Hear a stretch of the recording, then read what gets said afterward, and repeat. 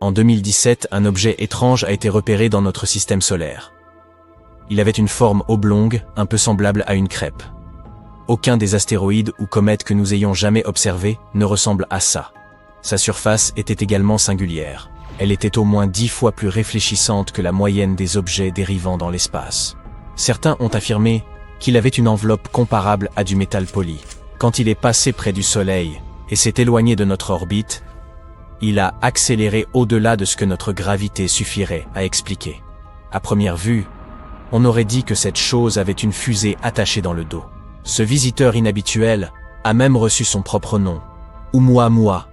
Il nous vient de la langue hawaïenne et se traduit par éclaireur ou visiteur d'une terre lointaine. Et en raison de ses caractéristiques, les scientifiques n'ont pas tardé à se demander si c'était enfin la visite d'un peuple extraterrestre.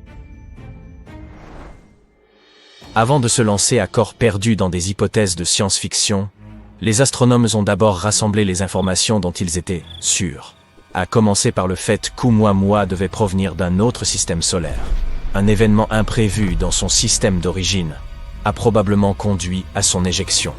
Ce qu'on ne savait pas, c'est s'il s'agissait d'une comète ou d'un astéroïde. Ce sont tous deux des objets célestes orbitant autour d'un soleil. Mais ils ont des compositions et des comportements radicalement distincts.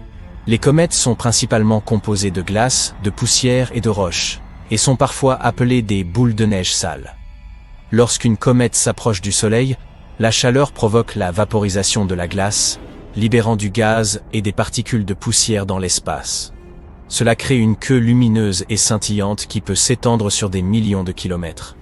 Les comètes présentent généralement une orbite elliptique, les emmenant souvent des confins les plus éloignés du système solaire, au plus près du Soleil. Les astéroïdes, pour leur part, sont principalement composés de roches et de métaux. Dans notre voisinage immédiat, ils sont les vestiges de la formation du système solaire et se retrouvent généralement dans la ceinture d'astéroïdes qui s'étend entre Mars et Jupiter. Contrairement aux comètes, les astéroïdes n'abordent pas de queue lorsqu'ils s'approchent du Soleil, car ils n'ont pas de glace. Leurs orbites suivent généralement une trajectoire plus circulaire par rapport aux comètes. Selon toute vraisemblance, Oumuamua devrait être une comète, car il semble provenir d'un endroit différent de l'univers. Pourtant, il ne présente pas les signes typiques d'une activité cométaire. Attendez une minute. Le cométaire se passe-t-il de commentaires? À vous de voir. Oumuamua ne possède pas de queue et ne recrache pas de gaz lors de son passage, contrairement à moi. Quoiqu'il se comporte plutôt comme une comète, il ressemble davantage à un astéroïde. Une autre grande question est comment les scientifiques ont bien pu parvenir à repérer Oumuamua en premier lieu. Compte tenu de l'immensité de l'espace-temps, c'est tout à fait remarquable. Les étoiles ont des durées de vie s'étendant sur des millions, voire des milliards d'années. Et la formation d'un système solaire prend plusieurs centaines de millions d'années.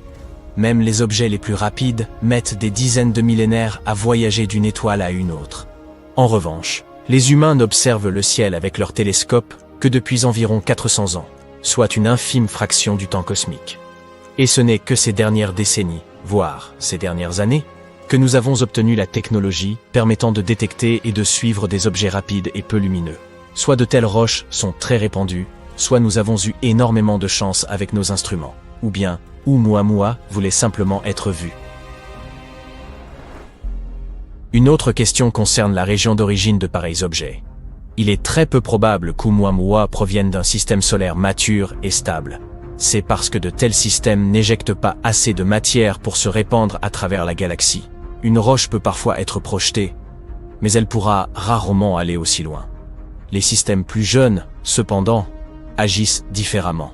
Dans ces environnements chaotiques, des collisions, fusions et autres migrations se produisent tout le temps. Beaucoup de petites roches errent ainsi et sont les parfaites candidates pour l'éjection. Le système solaire qui a éjecté Oumuamua doit avoir eu une planète similaire à Jupiter. Sa taille massive et sa gravité pourraient influencer d'autres objets à travers le système, provoquant potentiellement des éjections. Mais tous les systèmes solaires ne développent pas des planètes de la taille de Jupiter. Souvent, ces planètes massives finissent par se rapprocher de leurs étoiles, devenant des versions plus chaudes de la géante gazeuse. De telles planètes, en orbite proche autour d'un soleil, sont moins susceptibles d'éjecter de la matière au loin. Des planètes, semblables à Neptune, pourraient également avoir joué un rôle. Bien qu'elles ne soient pas aussi massives que Jupiter, elles ont tendance à élire domicile près de la périphérie des systèmes solaires. Notre propre système possède ainsi la ceinture de Kuiper, un véritable réservoir de comètes, dans sa périphérie.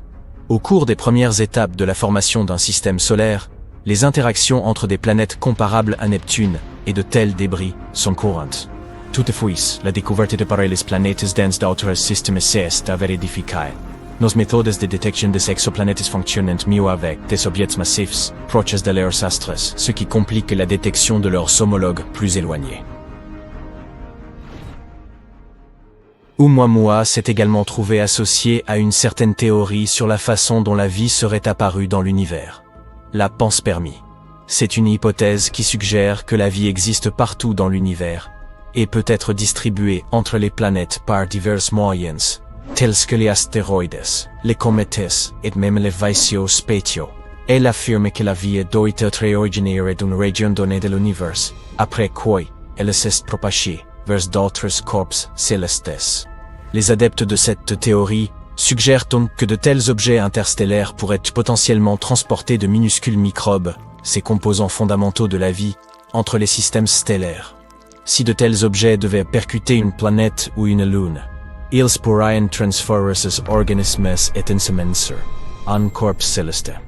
Pour l'instant, il n'existe aucune preuve soutenant l'idée que cet objet en particulier ait transporté la vie entre les systèmes solaires. Après des années de recherche, le consensus général est que Oumuamua était bien une comète. La raison pour laquelle elle se déplace de manière si étrange est qu'elle pourrait présenter de l'hydrogène gelé à sa surface, qui réagit au contact de la lumière du Soleil. Plus elle se rapprochait de notre astre, plus elle allait vite, libérant cet hydrogène et changeant également de trajectoire à travers notre système solaire. Sa couleur tend également à appuyer cette théorie.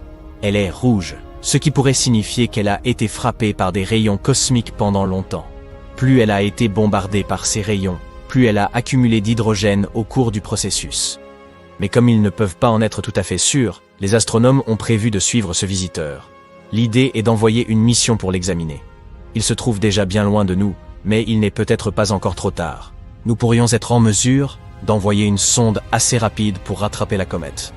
Ce plan a été baptisé Projet Lyra et vise à exploiter l'orbite de la Terre et celle de Jupiter de façon à envoyer une sonde assez loin pour atteindre Oumuamua.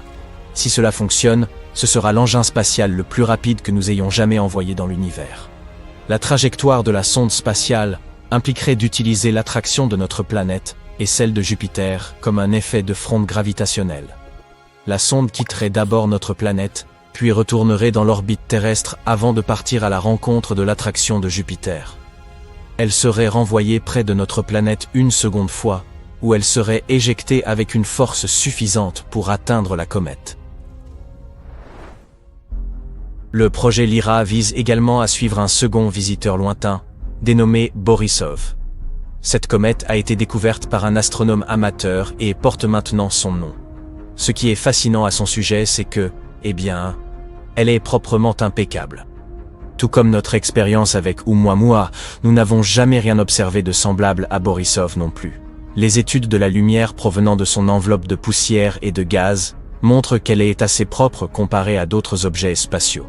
Après avoir été repérée pour la première fois en août 2019, les astronomes ont étudié sa trajectoire à travers notre système solaire et en ont conclu qu'elle provenait également d'une autre étoile. Mais Borisov nous a donné plus de temps pour l'étudier, car nous l'avons repéré plus tôt dans son périple à travers notre voisinage. Les chercheurs ont utilisé des télescopes avancés pour examiner la poussière émanant de Borisov. Ils ont découvert qu'elle dégageait plus de 180 kg de poussière chaque seconde.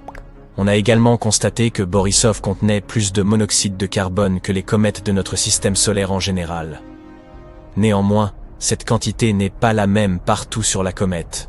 Cela nous indique que l'objet spatial a probablement commencé à se former près de son étoile d'origine avant de s'en éloigner. Peut-être à cause de planètes plus grandes dans son voisinage immédiat. La lumière de Borisov est beaucoup plus polarisée que la lumière provenant des autres comètes que nous avons observées, et son nuage est parfaitement homogène. Cela suggère que Borisov n'a jamais interagi avec une autre étoile. Vois-tu, dans les années 1970, les scientifiques ont découvert une mystérieuse anomalie gravitationnelle appelée le Grand Attracteur. Attends, mais c'était mon surnom au lycée.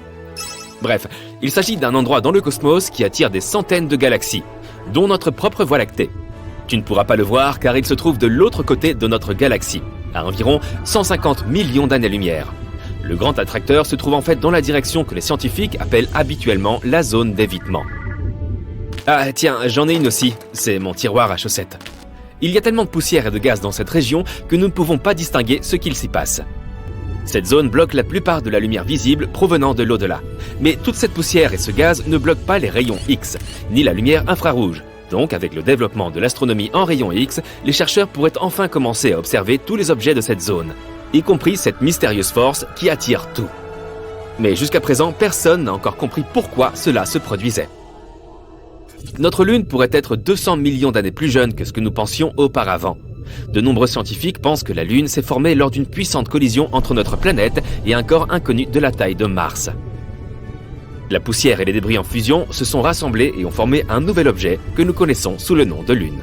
La croûte lunaire a probablement traversé un processus de solidification pendant plus de 200 millions d'années. Savais-tu qu'il existait à l'origine un océan de magma sur la Lune? Les scientifiques ont constaté cette réalité après y avoir découvert de grandes quantités de minéraux légers appelés plagioclases. Ce matériau se cristallise généralement et flotte à la surface du magma. En tout état de cause, ces minéraux avaient 4,36 milliards d'années, ce qui signifie qu'ils se sont formés 200 millions d'années après l'apparition des premiers matériaux solides de notre système solaire. Ainsi, la théorie selon laquelle la Lune s'est formée pendant ce chaos cataclysmique pourrait être vraie. Si tu atterris sur la Lune un jour et que tu laisses ton empreinte à sa surface, elle peut y rester pendant 1 million d'années. Tu verrais aussi les empreintes d'autres astronautes, même si personne n'a atterri sur sa surface lunaire depuis des décennies. La Lune n'a pas d'atmosphère qui lui soit propre. Il n'y a pas de vent ou d'autre chose qui puisse balayer la poussière et effacer les empreintes de pas. Nous le percevons comme un petit point quelque part au loin. Mais en réalité, le Soleil est si grand que si c'était une sphère creuse, tu pourrais la remplir avec plus d'1 million de terres. Le Soleil représente 99,86% de la masse de l'ensemble de notre système solaire. Un autre objet énorme de notre système solaire est Jupiter. Elle est 11 fois plus grande que notre planète. À titre de comparaison, la Terre n'a même pas la taille de la grande tache rouge. Cette énorme tempête fait rage sur Jupiter depuis plus d'1 siècle. Et non, elle n'est ancrée à rien de solide, puisque Jupiter est une géante gazeuse. Elle est semblable à un ouragan colossal de forme ovale, de couleur rougeâtre et assez vaste pour engloutir notre planète entière. Il fut un temps où elle était 3 fois plus grande que notre planète. Mais au cours des siècles, elle a rétréci tout en s'étirant. Quant à Jupiter elle-même, cette géante gazeuse est une sorte d'aspirateur qui garde notre système solaire en sécurité. Jupiter possède une gravité incroyablement forte qui dévore les comètes ou les astéroïdes qui pourraient potentiellement nuire à notre planète natale. Dans certains autres systèmes planétaires, les géantes gazeuses semblables à Jupiter migrent de la position où elles se sont formées. Elles spiralent vers l'intérieur et se rapprochent de leur étoile mère. Et pendant leur voyage, elles avalent de petites planètes telluriques. Ou bien leur immense force gravitationnelle projette ces planètes hors de leur système solaire. Heureusement pour nous, la force gravitationnelle de Jupiter ne fonctionne pas de cette façon. Si les planètes semblables à Jupiter restent éloignées de leurs étoiles, elles assurent la sécurité de leur système planétaire en protégeant les petites planètes qui se trouvent dans leur orbite intérieure. Jupiter, par exemple, peut influer sur les orbites des petits corps spatiaux qui s'approchent trop près des planètes intérieures. C'est pourquoi cette géante gazeuse est une excellente gardienne de notre système solaire. Il existe un trou noir supermassif qui parcourt l'espace à une vitesse de 4 800 000 km/h et laisse une traînée de débris derrière lui. J'avais un petit frère qui faisait pareil. Il est environ 1 million de fois plus lourd que notre Soleil, et en ce moment, il se trouve à 2 milliards d'années-lumière de la Terre. Ce trou noir a commencé comme tous les autres dans sa propre galaxie elliptique avec de nombreuses étoiles qui l'entouraient. Les trous noirs supermassifs se forment souvent et restent dans le centre des galaxies, mais celui-ci s'est échappé. Une théorie affirme que ce trou noir est différent, car la galaxie où il s'est formé a peut-être rencontré une autre galaxie à un moment donné. Parfois, les galaxies fusionnent pour former une nouvelle galaxie à part entière si cela se produit. Mais pas cette fois-ci. Au lieu de fusionner, la galaxie de ce trou noir a traversé une galaxie bien plus grande il y a des millions d'années. Cette galaxie gigantesque avait déjà avalé d'autres galaxies en cours de route. Et comme elle était si grande, la galaxie qui entourait notre trou noir supermassif a fini par être déchirée. Le trou noir en son centre est parvenu à s'enfuir, avec certaines des étoiles proches. Ce qui a laissé cette traînée brûlante s'étendant par-delà l'espace environnant. Les super tempêtes solaires sont si puissantes qu'elles peuvent provoquer des coupures de courant dans le monde entier. Des éruptions aléatoires en provenance du Soleil provoquent ces tempêtes solaires, et elles peuvent vraiment se produire à tout moment. En 2012, nous avons eu de la chance, car la tempête solaire la plus puissante des 150 dernières années est passée très près de nous. Elle s'est simplement contentée de croiser l'orbite de la Terre. Si elle s'était produite seulement une semaine plus tôt, notre planète aurait dû faire face à des conséquences terribles, notamment des coupures de courant sur l'ensemble du globe. Les sursauts de rayons gamma sont suffisamment puissants pour détruire des planètes. Nous parlons de sursauts extrêmement forts, qui se produisent principalement dans des galaxies très très lointaines. Si ces rayons sont dirigés directement vers un objet spatial, ils peuvent l'anéantir complètement, même si nous parlons là d'une planète entière. La Terre est en sécurité pour l'instant, et nous n'avons pas grand-chose à craindre. Un sursaut gamma se produit dans notre galaxie environ une fois tous les 5 millions d'années. Heureusement, il se produit trop loin et n'affecte pas la vie sur Terre. Tout cela, en somme, ne nous regarde pas, mais c'est tout de même effrayant. De la glace brûlante, ça existe. Il peut être difficile de se l'imaginer ici sur Terre, mais une étrange planète appelée Gliese 436b consiste littéralement en une boule de glace brûlante. Elle a beau être couverte de glace, elle présente en même temps une température de 440 degrés Celsius. Tu ne peux pas vraiment la voir brûler car il y a trop d'eau sur cette planète. C'est en raison de sa forte attraction gravitationnelle qui attire les molécules d'eau vers le cœur de la planète et les entasse de façon incroyablement dense. De cette façon, les molécules d'eau ne peuvent pas s'évaporer, et c'est pourquoi la glace à la surface de la planète ne fond jamais. Il existe des étoiles qui peuvent croquer d'autres étoiles. Ces objets spatiaux sont pour la plupart des étoiles plus petites, dotées d'une masse plus faible. Elles ciblent les étoiles plus proches et commencent à absorber leur combustible hydrogène de façon à augmenter leur propre masse, et généralement vivre plus longtemps. Une étoile vampire se teinte d'un bleu éclatant. Elle devient aussi plus chaude. Ainsi, elle donne l'impression d'être beaucoup plus jeune qu'elle ne l'est en réalité. Si une étoile, ou tout autre objet d'ailleurs, tombe dans un trou noir, elle se trouve étirée comme un plat de spaghettis. Ouch! Les tempêtes de poussière sur Mars peuvent être vraiment dingues. Elles se précipitent sur l'hémisphère sud de la planète rouge, en particulier pendant l'été. Ces tempêtes peuvent grossir et englober de vastes étendues de la planète. Comme cela s'est produit en janvier 2022. À ce moment-là, une tempête de poussière a recouvert presque 2 fois la superficie des États-Unis. Est-ce que ça pourrait être ce qui a causé la disparition d'un des robots que nous avons envoyés sur Mars? L'atmosphère et le climat sont durs sur Mars. Il s'agit principalement d'un désert avec des vents forts et des températures moyennes de moins 63 degrés Celsius. Elles descendent jusqu'à moins 140 degrés Celsius au pôle pendant l'hiver. Un atterrisseur martien doit être équipé de manière spécifique et être très robuste pour résister à ce genre de conditions. Mais les chercheurs pensaient que celui-ci serait capable d'effectuer le difficile voyage vers la planète rouge. Le 2 juin 2003, une équipe de chercheurs a préparé l'un des robots pionniers qu'ils s'apprêtaient à envoyer dans l'espace. Il s'agissait d'un petit atterrisseur compact nommé Beagle 2. Sa mission consistait à atterrir sur Mars et à rechercher ce que le monde entier cherchait depuis des décennies. De la vie sur la planète rouge. L'atterrissage était prévu le 25 décembre, mais le signal n'est jamais parvenu. L'équipe a essayé de contacter l'engin spatial, mais à un moment donné, ils ont dû accepter qu'ils ne seraient pas en mesure de le joindre. Certains ont estimé que l'atterrissage était finalement trop difficile et complexe, et que l'atterrisseur s'était probablement écrasé. Mais ils n'ont pas décelé d'erreur technique. D'autres ont émis une théorie selon laquelle le module aurait pu s'empêtrer dans son propre parachute et tomber à la surface de Mars. Dans tous les cas, le Beagle 2 a été porté disparu jusqu'en 2015, lorsque la NASA a pris des photos de ce qui pourrait être les restes du module perdu. Il ne s'agissait pas seulement de débris endommagés, les composants semblaient en fait intacts. Les restes de la sonde reposaient avec ses panneaux solaires, partiellement déployés à environ 5 km du site où elle était censée se poser. Apparemment, Beagle 2 a réussi à se poser, mais son antenne radio s'est retrouvée coincée. C'est pourquoi les chercheurs n'ont pas pu le contrôler depuis la Terre ou communiquer avec lui. Mais personne ne sait exactement pourquoi c'est arrivé. As-tu déjà entendu parler d'un visage sur Mars ? Dans les années 1970, l'un des orbiteurs de la NASA a pris les célèbres images de la surface martienne qui montraient une formation ressemblant à un visage, comme tu peux le voir dans la partie supérieure de l'image. Si tu fais preuve d'un peu d'imagination, tu peux facilement voir un nez, 2 yeux, une bouche et une coupe de cheveux originale. Certains ont même pensé qu'il s'agissait d'un monument construit sur la planète rouge par une autre civilisation. Et que penses-tu d'autres choses inhabituelles que les gens ont trouvées sur Mars, comme le cratère du visage heureux? On peut facilement comprendre pourquoi il porte ce surnom. Ou encore des roches de formes différentes, une crêpe, un brachiosaure ou même un poisson. Mars possède aussi une île en forme de gaufre à sa surface. C'est un élément de 2 km de large que l'on peut voir dans une zone de coulée de lave. Cela pourrait être le résultat de la lave qui a poussé cette formation par le dessous. Il semble que les astronomes aient aussi reçu des images de dunes bleues. Il s'agit d'une mer de superbes dunes sombres que des vents violents ont sculptées en longues lignes. Elles entourent la calotte polaire nord de la planète et couvrent une région aussi grande que le Texas. Yeeha! La planète rouge est généralement connue pour ses dunes de sable brun. Alors celles-ci ont certainement été une véritable surprise. Mais en réalité, elles ne sont pas vraiment bleues. Si tu pouvais aller sur Mars en ce moment pour y jeter un coup d'œil, tu verrais que ces dunes sont brunes et oranges comme les autres.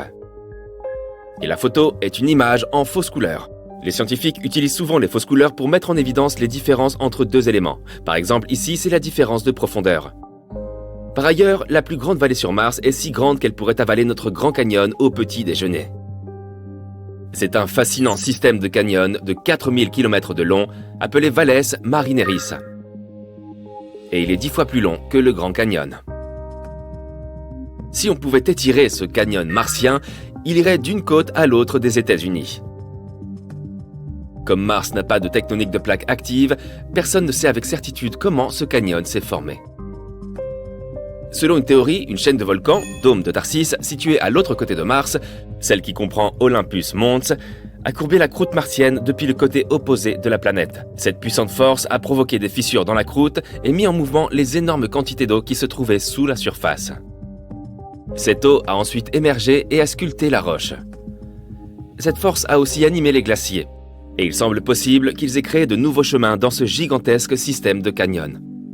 Les volcans de la surface martienne pourraient être entrés en éruption il y a environ 50 000 ans, bien que les éruptions les plus puissantes se soient produites il y a 3 à 4 milliards d'années. Mais la planète ne compte pas de volcans actifs aujourd'hui. L'essentiel de la chaleur stockée à l'intérieur de la planète pendant sa formation s'est dispersé. Donc à présent, la croûte externe de Mars est bien trop épaisse pour que la roche fondue atteigne sa surface. Mais il y a très longtemps, des éruptions ont formé des volcans gigantesques. Et ces volcans ont très probablement joué un rôle important dans la fonte des dépôts de glace, qui ont libéré des crues d'eau sur la surface martienne. Mars a une atmosphère mince, avec un volume de gaz, principalement du dioxyde de carbone, inférieur à 1% de celui de la Terre. Mais il y a 4 milliards d'années, elle était beaucoup plus chaude et humide que maintenant. Son atmosphère devait aussi être plus épaisse qu'à cette époque. C'est pourquoi elle a pu générer un puissant effet de serre et piéger la lumière du Soleil. Mars possédait aussi un puissant champ magnétique. Comme celui de la Terre, il s'était formé à cause des courants de métaux en fusion dans le noyau de la planète. Mais contrairement à notre planète, Mars a perdu son champ magnétique suite au refroidissement de son noyau. Et sans lui, la planète n'avait aucune protection contre les vents solaires, qui sont un flux de particules chargées provenant du Soleil. Le vent solaire a arraché la plupart de l'atmosphère de Mars en seulement 200 millions d'années, à peu de choses près. C'est ce qui rend ces puissantes tempêtes de poussière martienne encore plus intenses. Mars a une histoire fascinante, à en juger par les glaciers de la planète. Planète qui a probablement connu de multiples périodes glaciaires, tout comme la Terre. Une équipe de chercheurs a obtenu des images d'environ 60 000 roches martiennes. Ces roches étaient de différentes tailles et réparties un peu partout, ce qui signifie qu'elles se sont probablement formées au cours de différentes périodes glaciaires. Les glaciers recèlent aussi leur propre histoire. Qui sait quel type de gaz, de roches ou même de microbes pourrait être piégé à l'intérieur? Si tu pouvais monter dans une machine à remonter le temps et l'arrêter il y a 4 milliards d'années, sur Mars bien sûr, il y a de fortes chances que tu assistes à des scènes d'inondations spectaculaires. Peut-être y aura-t-il même une forme de vie à la surface de la planète. Un fort impact de météorites responsable de la formation du cratère Gale sur la planète rouge pourrait être à l'origine de cette méga inondation. Après cette collision, les températures sur la planète sont devenues incroyablement élevées. Cela a provoqué la fonte de toute la glace qui était stockée sur la surface martienne à ce moment-là. L'inondation était tellement immense qu'elle a altéré la structure géologique de la surface de la planète. Elle a creusé de grandes rides et des vagues dans la roche sédimentaire. En parlant d'eau, on a remarqué que de la vapeur s'échappait de l'atmosphère de Mars. De plus, les chercheurs ont trouvé des preuves de présence d'eau à la surface de la planète. Le sol présente des stries sombres qui semblent s'agrandir en été et rétrécir en hiver. La planète compte de nombreuses vallées et rivières asséchées. Il est possible que de l'eau liquide y ait coulé autrefois. Maintenant, la plupart de cette eau pourrait être renfermée dans des calottes glaciaires ou même cachée sous la surface. De plus en plus de choses nous laissent penser que Mars a un jour été habitable. Mars est la seule planète que nous connaissions où vivent uniquement des robots. 5 rovers composent la population martienne. Il s'agit de Perseverance, Opportunity, Spirit, Sojourner et Curiosity. Ces robots sont là pour prendre des photos et prélever des échantillons de sol et d'air et peut-être même trouver de la vie sur la planète rouge. Et un jour, nous les retrouverons peut-être sur Mars. Qui sait? Ah, et au fait, si tu pouvais vraiment monter dans une machine à remonter le temps et l'arrêter il y a 4 milliards d'années sur Mars, j'aimerais beaucoup t'inviter à déjeuner pour en parler. C'est moi qui régale. Si tu as déjà vu des photos prises depuis un vaisseau spatial ou depuis la Station spatiale internationale et qui montrent des corps célestes éclairés par le Soleil, comme la Terre ou la Lune, tu as peut-être remarqué quelque chose qui cloche. L'espace semble trop vide. Il manque un magnifique arrière-plan rempli d'étoiles. Il semble qu'il serait très ennuyeux d'aller observer les étoiles directement depuis l'espace, puisque le ciel est toujours si sombre. Pendant la journée, le ciel au-dessus de nos têtes est bleu à cause de la diffusion de la lumière. Cela se produit lorsque la lumière du Soleil traverse l'atmosphère. Mais si tu es sur la Lune ou ailleurs dans l'espace, il n'y a pas d'atmosphère pour diffuser cette lumière. C'est pourquoi le Soleil semble toujours noir. Mais cela ne veut pas dire qu'il y a moins de lumière. Si tu jetais un coup d'œil à travers un hublot de la station spatiale, tu verrais autant de lumière solaire directe que si tu regardais par la fenêtre de ton appartement pendant une journée sans nuages, peut-être même plus. Lorsque tu prends une photo par une journée ensoleillée, tu utilises probablement une courte exposition, ainsi que le réglage d'ouverture étroit de ton appareil photo. De cette façon, seule une courte rafale de lumière entre dans l'objectif. Le même principe s'applique lorsque nos pupilles se contractent à la lumière du soleil pour ne pas avoir à gérer une trop grande quantité de lumière. Et comme il fait tout aussi clair là-haut dans l'espace, le processus est le même lorsque tu prends des photos d'objets éclairés par le soleil. En utilisant une exposition courte, tu peux obtenir de bonnes photos lumineuses de la Terre ou de la surface de la Lune. Mais cela signifie aussi qu'il n'y aura pas d'étoiles sur la photo. Même là-haut, les étoiles sont relativement ternes. Elles n'émettent pas assez de lumière pour apparaître sur les photos prises avec de tels réglages. Notre planète a un ciel bleu qui se transforme lentement en une magnifique palette rouge-orangé au crépuscule et inversement à l'aube. Mais si tu as un jour l'occasion d'observer un coucher de soleil sur Mars, tu dois t'attendre à l'inverse, un ciel diurne orange-brun qui prend une teinte bleutée au coucher du soleil. Tout d'abord, Mars est plus éloigné du soleil que notre planète. Donc, lorsque tu regardes le soleil depuis la surface martienne, il a l'air plus terne et plus petit. Et ce n'est pas tout. Le soleil observé depuis Mars n'est qu'un point blanc bleuté entouré d'un halo bleu. La fine atmosphère de la planète rouge contient de grandes particules de poussière, qui créent un effet appelé diffusion de Mie. Cela se produit lorsque le diamètre des particules dans l'atmosphère est presque le même que la longueur d'onde de la lumière diffusée. Cet effet filtre la lumière rouge des rayons du soleil. Ainsi, seule la lumière bleue atteindrait tes yeux sur Mars. Comment se fait-il que la Terre n'ait pas d'anneau ? Toutes les géantes gazeuses de notre système solaire, Jupiter, Saturne, Uranus et Neptune, ont de tels anneaux, alors que les planètes telluriques, Mercure, Vénus, la Terre et Mars, n'en ont pas. Il existe 2 théories sur la façon dont les anneaux peuvent apparaître autour d'une planète. Ils pourraient n'être que des restes de matériaux datant de l'époque où la planète se formait. Ou bien ils pourraient être les restes d'une lune qui a été détruite par une collision avec un corps spatial ou déchirée par la forte attraction gravitationnelle de sa planète mère. Les géantes gazeuses se sont formées dans les régions extérieures de notre système solaire, tandis que toutes les planètes telluriques se trouvent dans la partie intérieure. Alors, peut-être que les planètes intérieures étaient mieux protégées des collisions potentielles qui auraient pu former leurs anneaux. Il y a aussi plus de lunes dans les régions extérieures de notre système solaire, ce qui pourrait être une autre raison pour laquelle les planètes qui s'y trouvent ont des anneaux. De plus, les planètes plus grosses ont une gravité plus forte. Cela signifie qu'elles peuvent maintenir leurs anneaux stables après leur formation. Certains experts pensent que la Terre avait un système d'anneaux il y a longtemps. Un objet de la taille de Mars a pu entrer en collision avec notre planète mère, ce qui a probablement créé un anneau dense de débris autour d'elle. Certains scientifiques pensent que ces débris n'ont pas formé un anneau, mais ce que nous connaissons aujourd'hui comme la Lune. Une planète géante se cache probablement au bord du système solaire, bien au-delà de Neptune. Les scientifiques ont baptisé ce mystérieux monde hypothétique la planète 9. Si elle existe vraiment, elle est probablement similaire à Uranus ou Neptune et 10 fois plus massive que notre planète. Elle tourne probablement autour du Soleil, mais dans les confins du système solaire, environ 20 fois plus loin que Neptune. Une autre théorie intéressante stipule que la planète 9 pourrait en fait être un trou noir de la taille d'un pamplemousse, qui déforme l'espace comme le ferait une grande planète. Alors que nous pensions autrefois que l'eau était une substance rare dans l'espace, elle existe en réalité partout dans notre système solaire. Par exemple, on peut en trouver dans les astéroïdes et les comètes, ainsi que dans les cratères de la Lune et de Mercure. Nous ne savons toujours pas s'il y a assez d'eau pour faire vivre d'éventuelles colonies humaines si nous décidions de nous y installer. Mais une certaine quantité d'eau est certainement présente là-bas. Mars abrite aussi de l'eau au niveau de ses pôles. Elle est principalement cachée dans les couches de glace et probablement sous la surface poussiéreuse de la planète. Europe, la lune de Jupiter, a aussi de l'eau. C'est la candidate la plus probable que nous connaissions pour accueillir la vie en dehors de la Terre. Il y a probablement tout un océan d'eau liquide sous sa surface gelée, et il pourrait d'ailleurs contenir 2 fois plus d'eau que tous les océans de la Terre réunis. Neptune est étonnamment chaude, même si elle est 30 fois plus éloignée du Soleil que notre planète et reçoit moins de lumière solaire et de chaleur. Mais elle émet beaucoup plus de chaleur qu'elle n'en reçoit. Son atmosphère est aussi beaucoup plus active qu'on ne le pensait, surtout si on la compare à sa voisine, Uranus. Ces deux planètes émettent la même quantité de chaleur, même si Uranus est beaucoup plus proche du Soleil. Mais personne ne sait pourquoi. Neptune a aussi des vents extrêmement forts qui peuvent atteindre une vitesse de 2400 km/h.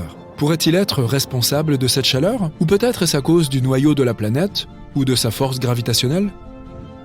Un trou noir monstrueux fonce dans l'espace à une vitesse de 8 millions de km/h. Les scientifiques l'ont localisé grâce au télescope spatial Hubble. Ils pensent qu'il pèse autant qu'1 milliard de soleils. Il était censé rester à sa place au centre de sa galaxie d'origine, mais des forces gravitationnelles le poussent dans tous les sens. À un moment donné, ce trou noir va se libérer de sa galaxie et continuer à errer dans l'univers. Heureusement, il est encore à 8 milliards d'années-lumière de nous. Les tempêtes solaires sont si puissantes qu'elles pourraient nous plonger dans le noir complet. En juillet 2012, la tempête solaire la plus puissante des 150 dernières années a manqué la Terre de peu. Les éjections de masse coronale, ou CME, sont de grandes bulles de gaz ionisées. Elles ont traversé notre orbite à l'époque. Si elles avaient eu notre planète pour cible directe, nous aurions fait face à de la matière solaire fonçant vers la Terre, endommageant les ordinateurs et provoquant des pannes de courant qui auraient duré des mois. Une tempête solaire surprise nous a frappé le 25 juin 2022. Un photographe a même réussi à capturer de superbes aurores lumineuses qui ont traversé le ciel de l'aube à Calgary, au Canada, et qui ont duré 5 minutes. Elles ont été provoquées par la tempête. Les étoiles vampires existent vraiment. Elles font partie d'un système d'étoiles binaires, et elles peuvent littéralement aspirer la vie de l'autre étoile du système. Dans l'espace, personne ne vous entend crier. Comme chacun sait, les explosions d'étoiles, les astéroïdes qui s'écrasent et les planètes en feu ne font pas de bruit dans l'espace. Vraiment? Et si on pouvait bel et bien entendre certains bruits là-haut? Ok, retour à l'école. Le son est une onde mécanique provenant d'une vibration. Mais qu'est-ce que ça signifie exactement? L'exemple le plus parlant est celui des cordes de guitare. Si tu grattes l'une d'entre elles, elle se met à vibrer. Les atomes à l'intérieur de la corde en métal commencent à s'agiter et à heurter les atomes de l'air qui les entourent. Les atomes se poussent les uns les autres jusqu'à ce que certains atteignent nos oreilles. C'est comme la vaguelette créée par un caillou jeté dans un étang. Et cela se produit très rapidement, à une vitesse d'environ 340 mètres par seconde. Ensuite, nos tympans commencent à vibrer à la même fréquence. Et les petits os à l'intérieur de nos oreilles transmettent cette vibration au cerveau. Le cerveau opère alors sa magie, reconnaît le motif et le transforme en son. Super! Maintenant, nous savons que nous avons besoin de certaines particules pour créer du son, et nous pouvons trouver ces particules dans les gaz, les liquides et les substances solides. Mais qu'en est-il de l'espace? C'est un vide presque parfait. Et tu as probablement déjà entendu dire qu'il n'y a pas de son dans l'espace puisque c'est un vide. Mais qu'est-ce que ça signifie réellement? Un vide parfait est une zone totalement dépourvue de matière. Cela signifie qu'il n'y a rien à cet endroit. Oui, malgré tous ces corps célestes dans l'espace, il n'y a pas d'air entre eux, aucun atome ni particule. Rien du tout. En fait, presque rien. Pour être tout à fait exact, le vide parfait n'existe pas vraiment. On ne peut pas se débarrasser définitivement des atomes. Mais l'espace est très proche de cette notion. En moyenne, il y a 1 à 5 atomes par centimètre cube. Cela peut sembler être beaucoup, mais il faut garder à l'esprit que ces atomes sont microscopiques et la distance de vide qui les sépare est énorme. À titre de comparaison, 1 cm3 d'air contient environ 1000 atomes. Alors, bien sûr, avec une densité aussi faible, ces atomes ne peuvent pas se pousser les uns les autres, même si la vibration est très forte, comme dans le cas d'une supernova par exemple. Ils ne pourront toujours pas le faire. Mais alors, les films nous mentent. Toutes ces scènes spatiales épiques se déroulent en fait dans un silence presque gênant. Pas si vite. Et si on te disait qu'il y a, en réalité, certaines façons d'entendre le son dans l'espace ? Tout d'abord, il y a toujours du bruit sur d'autres planètes. S'il y a une atmosphère sur un corps spatial, ou au moins quelque chose comme du gaz, de l'eau ou une surface solide, il y aura du bruit. Dans notre cas, l'atmosphère devient complètement silencieuse à environ 100 km au-dessus de la surface de la Terre. C'est là que le ciel cesse d'être bleu et qu'un voile noir étoilé débute. Dans tous les cas, il faudrait atterrir sur une autre planète ou au moins s'approcher de son atmosphère pour entendre quelque chose. Mais quoi que ce soit, le son serait très différent. Prenons l'exemple de notre planète sœur, Vénus. L'atmosphère y est très dense. Les scientifiques la qualifient même pour plaisanter d'épaisse soupe chimique. Si tu parvenais à rester en vie et à parler là-bas, ta voix serait très différente. Elle serait beaucoup plus forte et plus profonde. Donc, si tu as toujours voulu chanter comme Pavarotti, maintenant tu sais quoi faire. Et que se passerait-il si la Terre avait une atmosphère plus dense ? Qu'entendrions-nous ? Eh bien, tu peux vaguement l'imaginer si tu as déjà été dans l'eau. L'eau est très dense, le son s'y déplace beaucoup plus vite et mieux que dans l'air, à une vitesse de presque 2 km par seconde. Si tu t'assieds dans une pièce vide sans source sonore, tu n'entendras pas grand-chose, n'est-ce pas ? Maintenant, plonge ta tête dans l'eau et observe comment le même silence résonne ici. Ce n'est pas silencieux du tout. Même si tu ignores les sons omniprésents de l'eau elle-même, tu remarqueras immédiatement à quel point tu peux entendre ton propre corps. Comment ton sang pulse dans tes veines, comment ton cœur bat, le moindre mouvement de tes doigts. Assez effrayant, n'est-ce pas ? Cela nous donne une idée de ce qui nous arriverait sur une planète dont l'atmosphère est plus dense. Et c'est tout simplement fou. Nous entendrions tout. Des animaux qui courent au mouvement des plaques tectoniques. Il est donc évident qu'il y a du son sur d'autres planètes. Mais qu'en est-il de l'espace ? Il y en a aussi, par exemple, dans un nuage de poussière. Tu peux trouver de la poussière spatiale presque partout dans l'espace. Il peut s'agir des restes d'une étoile ou d'autre chose. Et dans ces endroits, tout est un peu plus dense que la normale. Cela signifie qu'il y a probablement des nuages de poussière où les particules sont très proches les unes des autres, ce qui signifie qu'elles peuvent produire des sons. Bien sûr, ceux-ci seront très faibles et transmis sur une très courte distance. Mais c'est quand même mieux que rien, non ? Il se trouve qu'on a déjà enregistré un son spatial. Il provient de l'amas galactique de Persée, qui se trouve à 250 millions d'années-lumière de nous. La NASA l'a enregistré en 2003. Il ressemble à une note en si bémol. Mais sa fréquence est si basse que l'oreille humaine, malheureusement, ne peut pas le percevoir.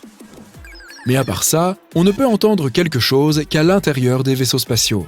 Après tout, ce sont de petites poches d'air. Dans une combinaison spatiale, tu entendrais aussi très bien les sons, y compris ta respiration ou la circulation de ton sang. Mais deux astronautes flottant côte à côte ne s'entendraient pas, même s'ils se rapprochaient et criaient très fort. C'est d'ailleurs assez cocasse. Si tu te cognais la tête contre quelque chose, le bruit serait très fort pour toi, mais ton collègue astronaute n'entendrait rien. C'est pourquoi les astronautes utilisent des appareils radio. Maintenant, de façon purement théorique, si tu pouvais d'une façon ou d'une autre sortir de ta combinaison spatiale et survivre, tu serais capable d'entendre les bavardages et les bruits qui se passent à l'intérieur du vaisseau spatial. Mais comment ? Simplement parce qu'il y a de l'air à l'intérieur du vaisseau qui transmet le son. Ce dernier atteint l'enveloppe métallique et la traverse. Si tu t'appuyais contre le vaisseau, En le touchant de préférence avec ton coude ou ton genou, le son serait transmis au cerveau directement par tes os, en ignorant les oreilles. Oui, nos os conduisent le son. C'est ainsi, par exemple, que les personnes sourdes écoutent de la musique. C'est ce qu'on appelle la conduction osseuse, que l'on utilise dans certains casques et autres technologies. Tu peux faire une petite expérience. Bouge tes oreilles avec tes doigts. Ferme-les bien pour ne quasiment plus rien entendre. Puis, essaye de toucher une source sonore. Il peut s'agir de n'importe quoi qui vibre. Par exemple, un haut-parleur qui joue de la musique. Avec une partie de ton corps où l'os est proche de la peau. Maintenant, observe, ou plutôt écoute, le miracle se produire. Tu peux entendre le son, non pas par tes oreilles, mais directement dans ton cerveau. En revanche, ne répète pas cette expérience dans l'espace. Maintenant, tu as probablement entendu parler de choses comme les sons de l'espace, où tu peux écouter, par exemple, les sons émis par le Soleil ou différentes planètes. Comment fait-on pour les enregistrer ? C'est assez facile. On utilise une autre façon d'entendre le son dans l'espace, les ondes électromagnétiques. En d'autres termes, une radio. La radio repose sur la même forme de rayonnement électromagnétique que la lumière. Ces ondes peuvent voyager dans le vide sans aucun problème. Les émetteurs des astronautes fonctionnent de cette façon. Tu es assis dans un café sur Mars, la tête baissée, en essayant de ne pas attirer l'attention sur toi. Il y a du monde et beaucoup de gens chantent, dansent et parlent à voix haute de la vie sur Mars. Ta boisson arrive et tu la sirotes. Pour l'instant, personne ne te reconnaît. Tu portes une cape avec un grand sweat à capuche pour couvrir ton visage et te dissimuler aux yeux du monde. Mais quelqu'un te heurte accidentellement et voit ton visage. La musique s'arrête et maintenant, tout le monde te regarde. Tu n'as nulle part où te cacher ou fuir. Tu ignores les regards insistants et tu continues à siroter ta boisson. Un vieil homme barbu est assis en face de toi, étonné d'être en ta présence. « Alors c'est vrai ! Personne ne croyait que tu y arriverais !» dit-il. Tu ne réponds pas et continues à boire ton verre. Tous les autres se rassemblent autour de toi. Un autre homme prend la parole. « Eh bien, tu ne vas pas nous raconter comment tu as échappé aux griffes du Kraken de l'espace ?» Tout le monde est sous le choc. Personne n'a jamais réussi à raconter l'histoire du Kraken. Sauf toi. Ton plan était de trouver un passeur pour t'emmener dans un vaisseau spatial loin de cette planète. Mais c'est trop tard, maintenant que tout le monde sait que tu es là. Et le messager s'est enfui, sachant que toute l'attention était portée sur toi. Tu remets ton sweat à capuche et tu expliques ce qui s'est passé. 2 jours plus tôt. Tu es dans ton équipement complet, prêt à faire le voyage dans l'espace le plus éloigné. Tu as un vaisseau en solo qui est conçu pour manœuvrer à travers tous les obstacles du cosmos. Tu prépares le reste de l'équipement et tu fais le plein. Tout le monde te regarde, sachant que tu pourrais ne jamais revenir. Mais le Kraken flotte dans l'espace depuis trop longtemps et perturbe les transports de marchandises. Un petit vaisseau comme le tien peut échapper à son odorat et à sa vue. Mais les plus gros vaisseaux seront détruits. Tu t'es donné pour mission de trouver ce Kraken et de l'étudier. Si tu apprends ses habitudes, tu pourras trouver comment t'en débarrasser. Tout le monde fait ses adieux et tu décolles. Tu sais que le chemin sera très long pour y arriver. Peut-être 3 jours dans le vide de l'espace. Tu as vu quelques images rapides du Kraken, mais personne ne sait exactement où il dort. Ou même s'il dort vraiment. Tu mets de la musique et règles ton vaisseau sur le régulateur de vitesse. Tu prends des notes et tu règles la caméra pour te documenter pendant que tu prépares tout ce dont tu auras besoin. Tu as aussi quelques caméras à l'extérieur qui enregistrent tout ce qui bouge, même les capteurs thermiques pour attraper les créatures vivantes qui flottent dans l'espace. Après quelques heures, tu quittes les quartiers sécurisés de Mars et tu entres en territoire hostile. Il n'y a pas d'endroit où se cacher ni personne pour t'aider. Quelques petits navires comme le tien passent de temps en temps. Ils te regardent aller plus loin vers le Kraken. Tu remarques de nombreux panneaux flottants alimentés par des machines qui te mettent en garde contre le Kraken. Les caméras commencent à enregistrer et tu commences ton journal vidéo qui est transmis à ton réseau chez toi. Pour l'instant, rien. C'est calme et sombre. Les heures passent et tu flottes au milieu de nulle part. Tu as presque envie de faire demi-tour. Mais tu remarques quelque chose dans les capteurs. Tu vois un grand objet vivant à proximité. Tu éteins les lumières et tu ralentis ton vaisseau. Tu reprends l'enregistrement et tu commences à te parler à toi-même, à tout expliquer. L'objet se rapproche de plus en plus. Tu te décales pour l'éviter et tu t'accroches à un rocher qui flotte. Mais tu ne vois toujours rien. Tout à coup, tu vois des créatures lumineuses qui ressemblent à des méduses et qui se rassemblent en un groupe. Sur tes capteurs thermiques, elles semblent être de gros objets. Mais en fait, ce ne sont que de petites créatures. D'après tes études, ces créatures font partie de la nourriture principale du kraken. Donc, elles sont probablement en train de le fuir. Après quelques minutes, les créatures s'éloignent en flottant et tu décolles et rallumes les lumières. Quelques heures de plus passent et tu ne vois toujours pas de kraken. Soudain, un souffle secoue ton vaisseau et tu es légèrement dévié de ta trajectoire. Tu remarques qu'un gros objet a pénétré dans tes capteurs thermiques et en est sorti. Tu continues à avancer et vérifies les paramètres de lecture pour voir si tes caméras ont réussi à capter quelque chose. Tu essayes de regarder attentivement, mais il semble qu'une rafale de vent soit passée devant toi, ce qui est bizarre, car il n'y a pas de vent dans l'espace. Tu contrôles les capteurs thermiques et tu remarques qu'un grand objet ayant la forme du kraken est passé devant toi. Il est toujours là et il a probablement repéré ton odeur. Tes systèmes ont récupéré des particules d'ADN et les étudient. Au bout d'un moment, elles montrent que la peau du kraken peut changer de couleur en fonction de son environnement. Sa peau est épaisse et composée d'une matière cosmique fluorescente qui est inédite par rapport à toutes les autres créatures que tu as rencontrées. Le système continue à l'étudier. Au bout d'un moment, le kraken sort de ton radar et disparaît. Tu fais demi-tour pour essayer de le retrouver. Les gens sur Mars peuvent voir les données et ont déjà des informations sur sa taille et la qualité de sa peau. Ils ont même vu des images que tu as réussi à capturer. Tout en continuant à avancer vers lui, tu allumes tes projecteurs pour essayer de voir quelque chose. Tes caméras tournent toujours. Soudain, le kraken change de couleur de peau et apparaît juste devant toi. Ses grands tentacules clignotent et fouettent les débris spatiaux qui se trouvent à proximité. Son immense œil, aussi grand qu'un bus, te regarde. Il ouvre sa bouche et tu vois des rangées de dents pointues qui tournent autour de toi comme un broyeur. Il a un grand bec qui peut briser ton vaisseau facilement. Il se met à clignoter rapidement en signe d'avertissement. Il expulse du liquide pour se déplacer dans un environnement spatial sans gravité. Il se déplace et se lance vers toi. Ton vaisseau a un champ de force automatique pour te protéger, mais il ne peut pas supporter la puissante morsure du kraken.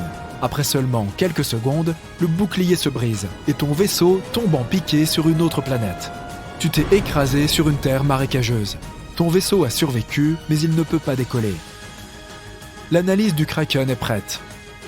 Elle montre qu'il n'a pas besoin d'oxygène pour respirer et que son ADN évolue. Maintenant qu'il a goûté à ton champ de force, il peut s'adapter pour créer un biochamp de force similaire. Mais tu t'es écrasé sur une planète qui t'est étrangère. Tu mets ta combinaison de sécurité et tu observes l'environnement. L'atmosphère est remplie d'azote et de soufre. Tu sors et tu te promènes. La gravité y est similaire à celle de la Terre. En t'aventurant dans le marécage, tu commences à voir des petites particules de peau semblables à celles que ton vaisseau a attrapées. Le liquide en dessous de toi est une substance étrangère qui semble détériorer ta combinaison. Alors, tu choisis de faire du surplace. Les arbres sont étranges et paraissent vivre de l'atmosphère. Mais il n'y a aucun signe de vie nulle part. Soudain, tu vois un énorme cratère qui mène au centre de la planète. Tu entres dedans et tu vois des vaisseaux identiques aux tiens. On dirait que le kraken les a fait dévier de leur route et qu'ils se soient écrasés sur cette planète. Beaucoup d'entre eux semblent être intacts, tandis que d'autres sont complètement détruits. Tes senseurs captent un autre signal. Ils détectent une autre créature qui vit au centre. Tu essayes de t'approcher. Tu fais de ton mieux pour être aussi discret que possible. Mais tu sens le sol trembler sous toi. Tu te baisses pour essayer d'éviter les rochers qui tombent au-dessus de ta tête. Un grand tentacule surgit de nulle part, puis un autre et encore un autre. Il se balance et rampe à l'air libre. D'après les études de ton système, ce kraken est 10 fois plus grand et a même une apparence différente. Il ne te voit pas, mais il peut sentir que tu es là. Vénus était très probablement couverte d'océans d'une profondeur de 10 à 300 mètres. De plus, une certaine quantité d'eau était prisonnière du sol de la planète. Celle-ci avait des températures stables de 20 à 50 degrés Celsius, qui étaient donc assez tolérables et pas si différentes des températures actuelles sur Terre. Bref, pendant 3 milliards d'années, jusqu'à ce que quelque chose d'irrévocable se produise il y a 700 millions d'années, Vénus aurait pu être habitable, mais aujourd'hui, elle ne l'est plus. La Lune est le deuxième objet le plus lumineux de notre ciel. Pourtant, parmi les autres corps astronomiques, c'est l'un des plus sombres et des moins réfléchissants. Mais notre satellite naturel semble brillant parce qu'il est très proche de nous. De la même façon, notre planète semble beaucoup plus lumineuse lorsque tu la regardes depuis l'espace. C'est parce que les nuages, la glace et la neige réfléchissent beaucoup plus de lumière que la plupart des roches. Triton, la lune de Neptune, a toute sa surface recouverte de plusieurs couches de glace. Si ce satellite remplaçait notre lune actuelle, le ciel nocturne deviendrait 7 fois plus lumineux. Les étoiles à neutrons font partie des objets les plus petits et les plus massifs de l'espace. Elles ont généralement un diamètre d'environ 18 km, mais sont plusieurs fois plus lourdes que le Soleil. Et elles tournent sur elles-mêmes environ 600 fois par seconde, bien plus vite qu'un patineur artistique professionnel. Saturne est la planète la moins dense du système solaire. Elle a une densité équivalente à 1/8 de celle de la Terre. Et pourtant, à cause de son immense volume, la planète est 95 fois plus massive que la Terre. Le phénomène lunaire transitoire est l'une des choses les plus énigmatiques qui se produisent sur la Lune. Il s'agit d'un changement éphémère de lumière, de couleur ou autre à la surface du satellite. Le plus souvent, il s'agit de flashs lumineux aléatoires. Les astronomes observent ce phénomène depuis les années 1950. Ils ont remarqué que les flashs se produisaient de façon imprévisible. Parfois, ils peuvent se produire plusieurs fois par semaine. Ensuite, ils disparaissent pendant plusieurs mois. Certains d'entre eux ne durent pas plus de quelques minutes, mais certains ont duré plusieurs heures. En 1969, un jour avant qu'Apollo 11 ne se pose sur la Lune, l'un des membres de la mission a remarqué qu'une partie de la surface lunaire était plus éclairée que le paysage environnant. On aurait dit que cette zone avait une sorte de fluorescence.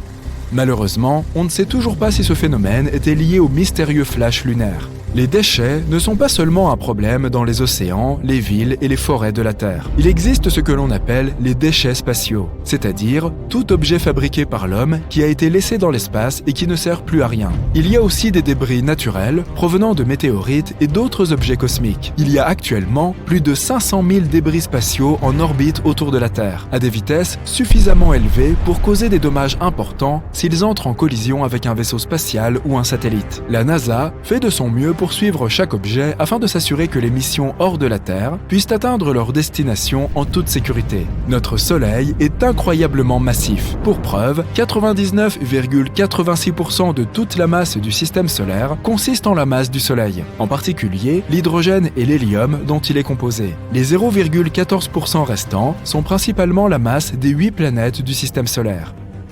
L'atmosphère du Soleil est plus chaude que sa surface. La température de la surface atteint 5500 degrés Celsius, mais la haute atmosphère atteint des millions de degrés.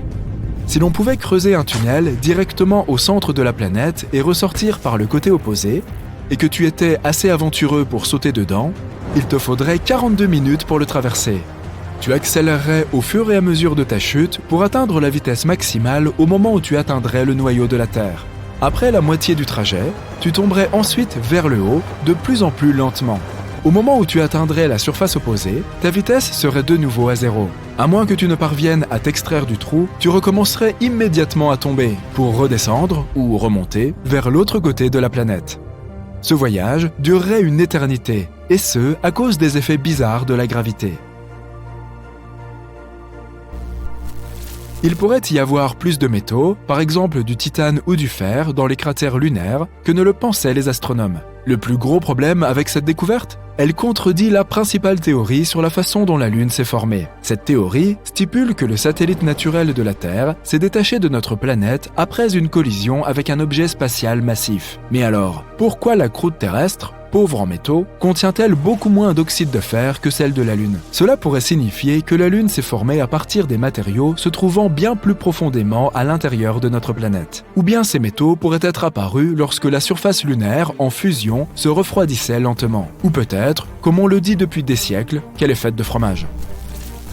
La Terre pourrait avoir été violette avant de devenir bleue et verte. Un scientifique a une théorie selon laquelle une substance existait dans les anciens microbes avant que la chlorophylle, cette chose qui rend les plantes vertes, n'évolue sur Terre. Cette substance reflétait la lumière du soleil en rouge et en mauve, couleurs qui se combinaient pour donner du violet. Si c'est vrai, la jeune Terre a peut-être regorgé d'étranges plantes de couleur violette avant que toutes ces choses vertes n'apparaissent. La plus haute montagne du système solaire est Olympus Mons sur Mars. Elle est 3 fois plus haute que le mont Everest, le plus haut sommet de la Terre par rapport au niveau de la mer. Si tu te tenais au sommet d'Olympus Mons, tu ne comprendrais pas que tu te trouves sur une montagne. Ces pentes seraient cachées par la courbure de la planète. Les astronomes ont trouvé un énorme réservoir d'eau dans l'espace, le plus grand jamais détecté. Dommage que ce soit aussi le plus éloigné. Il est situé à 12 milliards d'années-lumière de nous. Ce nuage de vapeur d'eau contient 140 000 milliards de fois plus d'eau que tous les océans de la Terre réunis. Vénus tourne à son propre rythme, sans se presser. Une rotation complète prend 243 jours terrestres. Et il faut à la planète un peu moins de 225 jours terrestres pour faire le tour complet du Soleil. Cela signifie qu'un jour sur Vénus est plus long qu'une année. Il y a très peu d'activité sismique à l'intérieur de la Lune. Pourtant, des mini-séismes lunaires, causés par la force gravitationnelle de notre planète, se produisent parfois à plusieurs kilomètres sous la surface. Ensuite, de minuscules fissures et fractures apparaissent à la surface du satellite et des gaz s'en échappent. Mars est la dernière des 4 planètes intérieures, que l'on appelle aussi telluriques car elles sont composées de roches et de métaux. La planète rouge a un noyau composé principalement de fer, de nickel et de soufre. Il mesure entre 1500 et 1900 km de diamètre. Mais ce noyau ne bouge pas. C'est pourquoi Mars n'a pas de champ magnétique à l'échelle de la planète. Le faible champ magnétique qu'elle possède ne représente qu'1 centième de celui de la Terre. Lorsque les planètes du système solaire ont commencé à se former, la Terre n'a pas eu de lune pendant très longtemps.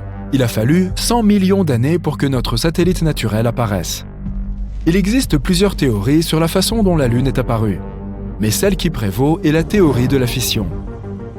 Elle affirme que la Lune s'est formée lorsqu'un objet est entré en collision avec la Terre, envoyant des particules dans tous les sens. La gravité a rassemblé les particules et la Lune a été créée. Elle a fini par se poser sur le plan de l'écliptique de la Terre, qui est la trajectoire actuelle de la Lune. Le plus grand être vivant sur Terre s'avère être un champignon dans l'Oregon. Cet énorme champignon Armillaria vit dans la forêt nationale de Malheur et couvre une superficie de 9,5 km².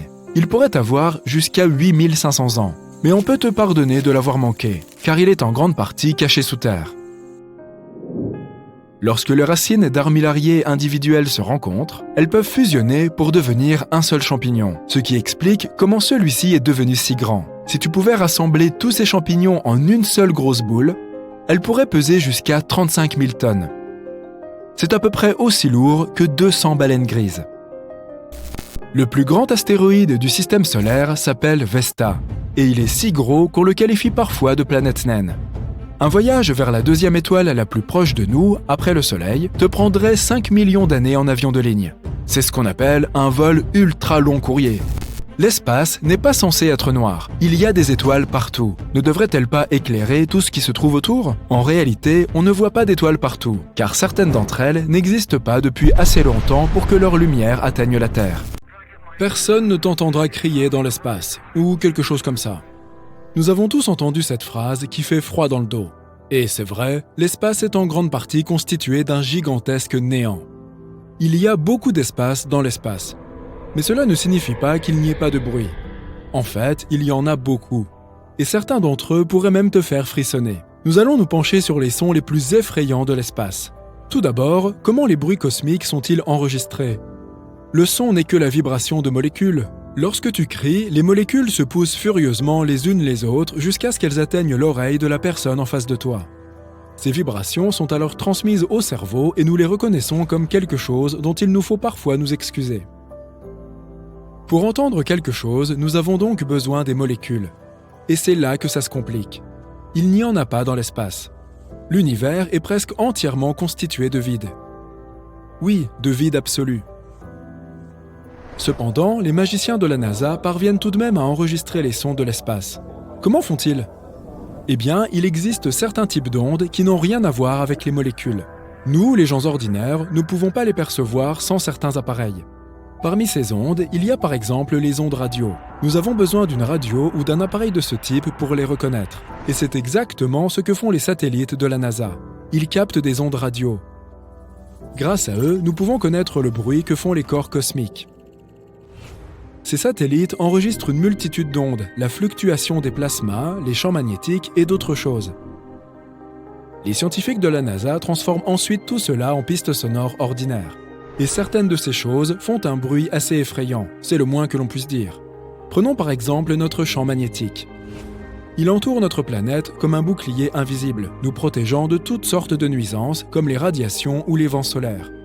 Nous ne pouvons ni le voir, ni le sentir, mais aujourd'hui nous pouvons l'entendre. Des chercheurs de l'Université technique du Danemark ont recueilli des ondes magnétiques enregistrées par le satellite Swarm de l'ESA. Ils les ont ensuite converties en pistes audio et ont obtenu un résultat assez effrayant.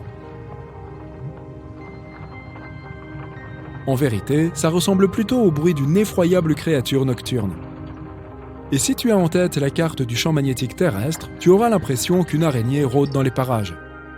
Brrr! Et ce n'est pas le seul son étrange que nous avons capté sur Terre. Récemment, nous avons capté un autre signal radio en provenance de l'espace. Les scientifiques ont découvert qu'il provenait d'un endroit très éloigné, à des milliards d'années-lumière de nous. Ces salves ne durent généralement pas plus de quelques millisecondes, mais celle-ci était exceptionnelle. Elle a duré environ 3 secondes, soit des milliers de fois plus longtemps que d'habitude.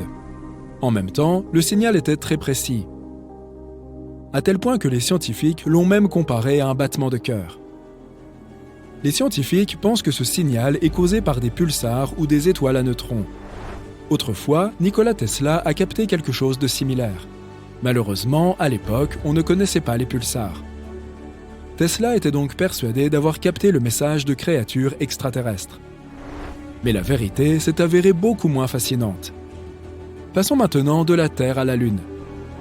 En 1969, les astronautes de la mission Apollo 10, la navette qui a effectué le dernier vol d'essai vers la Lune, ont survolé sa surface. Ils ont alors capté d'étranges signaux provenant de la face cachée de notre satellite. Nous ne voyons jamais cette face car la Lune est en état de verrouillage gravitationnel. Le son était si étrange que les astronautes ne savaient pas s'ils devaient le signaler à la NASA. Ils craignaient de ne pas être pris au sérieux, voire de ne pas être autorisés à participer aux prochaines missions spatiales. Voici à quoi cela ressemblait. Selon la NASA, il ne s'agit pas du tout d'une étrange musique extraterrestre. Il s'agit peut-être simplement d'ondes radio qui se sont modifiées les unes les autres en raison de leur proximité. Mais les astronautes qui l'ont entendu pour la première fois ont quand même eu un peu peur. Et qu'en est-il des autres planètes ? Il y a 40 ans, des scientifiques ont exploré la surface de Vénus. Ils y ont envoyé une dizaine de sondes pour y enregistrer des sons et des images. Nous savons maintenant quel genre de bruit émet Vénus, qui pourrait facilement nous détruire si nous nous en approchions. On ne s'attendait pas à autre chose de la part de la planète la plus dangereuse du système solaire. Hélas, Vénus est encore plus toxique que les trolls qui sévissent sur Twitter. Et ces sondes n'ont pas fait long feu. Elles sont rapidement tombées en panne après leur arrivée. Ensuite, nous avons Jupiter. Ce géant de l'espace, qui est 11 fois plus grand que la Terre, est absolument terrifiant. Une des sondes de la NASA, Juno, tourne autour de Jupiter toutes les quelques semaines. Elle se déplace à une vitesse phénoménale, à 209 214 km/h. Un jour, Juno a enregistré l'un des signaux invisibles les plus puissants qu'elle ait jamais rencontrés. Les violents vents solaires venaient d'entrer en conflit avec le champ magnétique de Jupiter. Cela fit un énorme boom cosmique. Le son original a duré 2 heures, mais il a été réduit à quelques secondes. En fait, cela ressemble assez au bruit d'une vague qui se brise sur un rocher. Mais rien de cela n'est comparable à l'horreur venue de l'une des petites lunes de Jupiter, Ganymède. En 2021, la sonde spatiale Galileo l'a survolée. Au cours de son vol, elle a capté quelque chose d'assez étrange.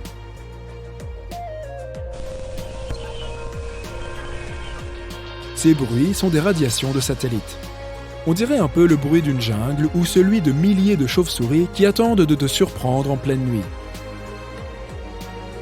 Passons maintenant à Saturne. Ce signal a été capté par la station interplanétaire automatique Cassini-Huygens, lancée dans l'espace en 1997.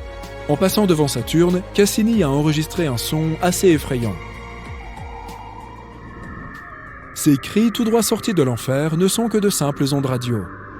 Et ce n'est pas très différent de ce qu'émettent les aurores boréales sur Terre.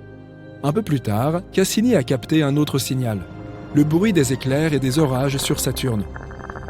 Ces sons sont assez intéressants. On dirait un peu des pop-corns qui éclatent ou un compteur Geiger, n'est-ce pas? Mais c'est simplement parce que ces éclairs sont extrêmement rapides. Nous allons maintenant sortir du système solaire. La célèbre sonde Voyager 1 a été lancée en 1977 et continue de nous envoyer des données 40 ans après son décollage. En 2012, elle a quitté le système solaire pour entrer dans l'espace interstellaire. C'est alors que Voyager 1 a enregistré des ondes de plasma. L'enregistrement original a duré 7 mois. Mais les scientifiques ont eu pitié de nous et l'ont réduite à 12 secondes. Ce n'est pas vraiment sinistre, mais ce n'est pas très rassurant non plus. Et bien qu'il semble que rien ne puisse surpasser les horreurs de Saturne, nous allons maintenant examiner l'un des objets les plus effrayants de l'univers, un trou noir. Ce son a été enregistré par le télescope spatial Chandra. En étudiant un amas de galaxies dans la constellation de Persée, on a découvert quelque chose d'étrange. Des mouvements ondulatoires au centre de l'amas. Ils s'étendent dans toutes les directions comme des cercles sur l'eau. Les scientifiques ont déclaré que ce phénomène était dû à un trou noir supermassif. Or, les trous noirs ne dévorent pas toujours entièrement les objets spatiaux. Parfois, ils les recrachent. Cela entraîne des vibrations gazeuses que l'on peut convertir en bandes sonores. Ce qui est intéressant, c'est que l'oscillation de chacune de ces ondes dure environ 10 millions d'années. Cet enregistrement est donc très accéléré. Les scientifiques ont réduit le délai entre les oscillations environ 144 quadrillions de fois. Et voilà ce que ça donne. C'est probablement le son le plus sinistre de notre liste. Il n'est ni très puissant ni très violent. Il a plutôt quelque chose de sombre et d'inquiétant. Voici donc les sons spatiaux les plus effrayants captés par la NASA.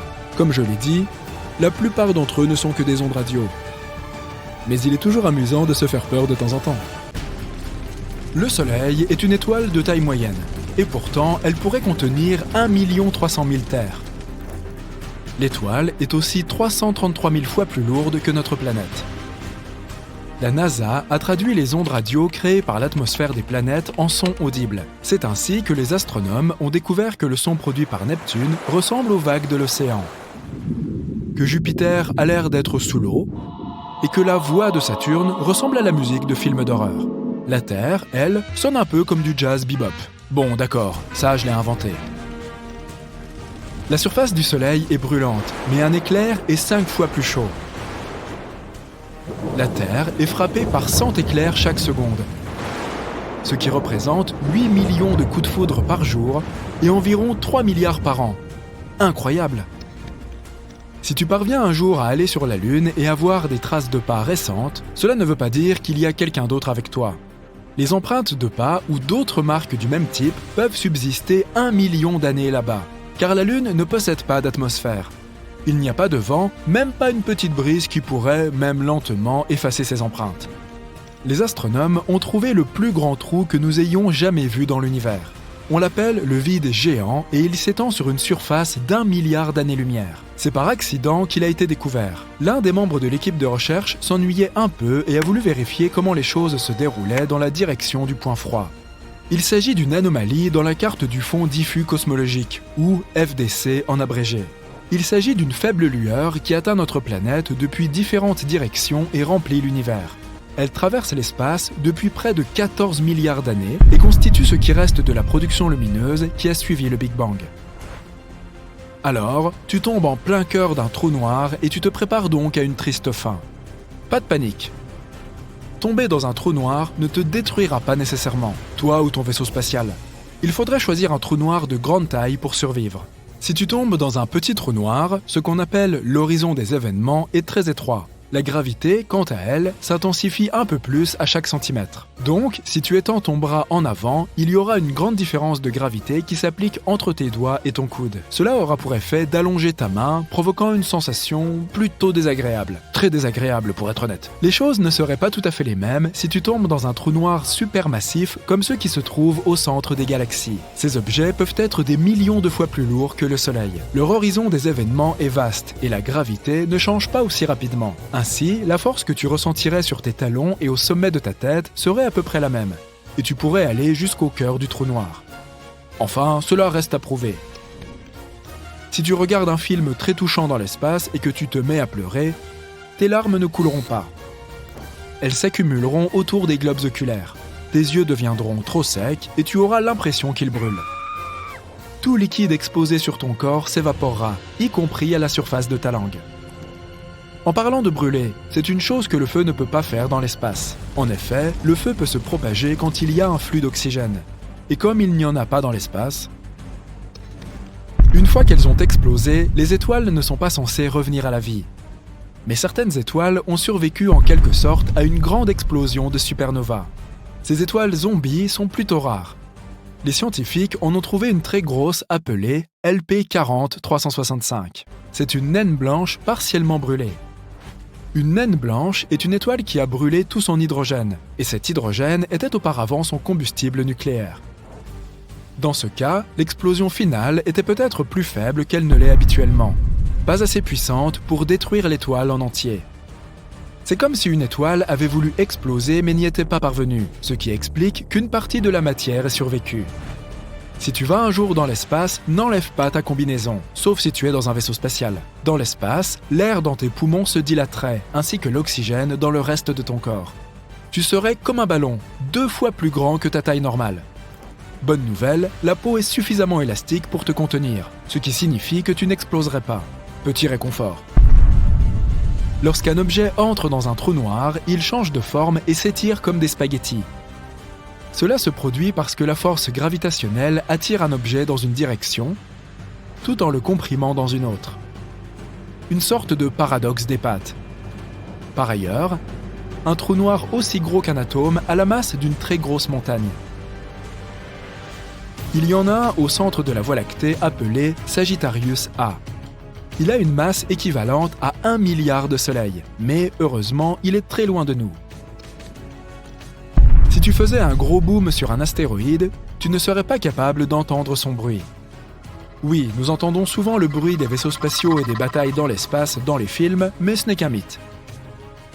Le son est une onde qui se propage en raison des vibrations des molécules. Une personne frappe des mains à quelques mètres de toi. L'onde sonore commence à pousser la première molécule d'air à côté du claquement, puis la deuxième, la troisième, et ainsi de suite jusqu'à ce que l'onde atteigne ton oreille.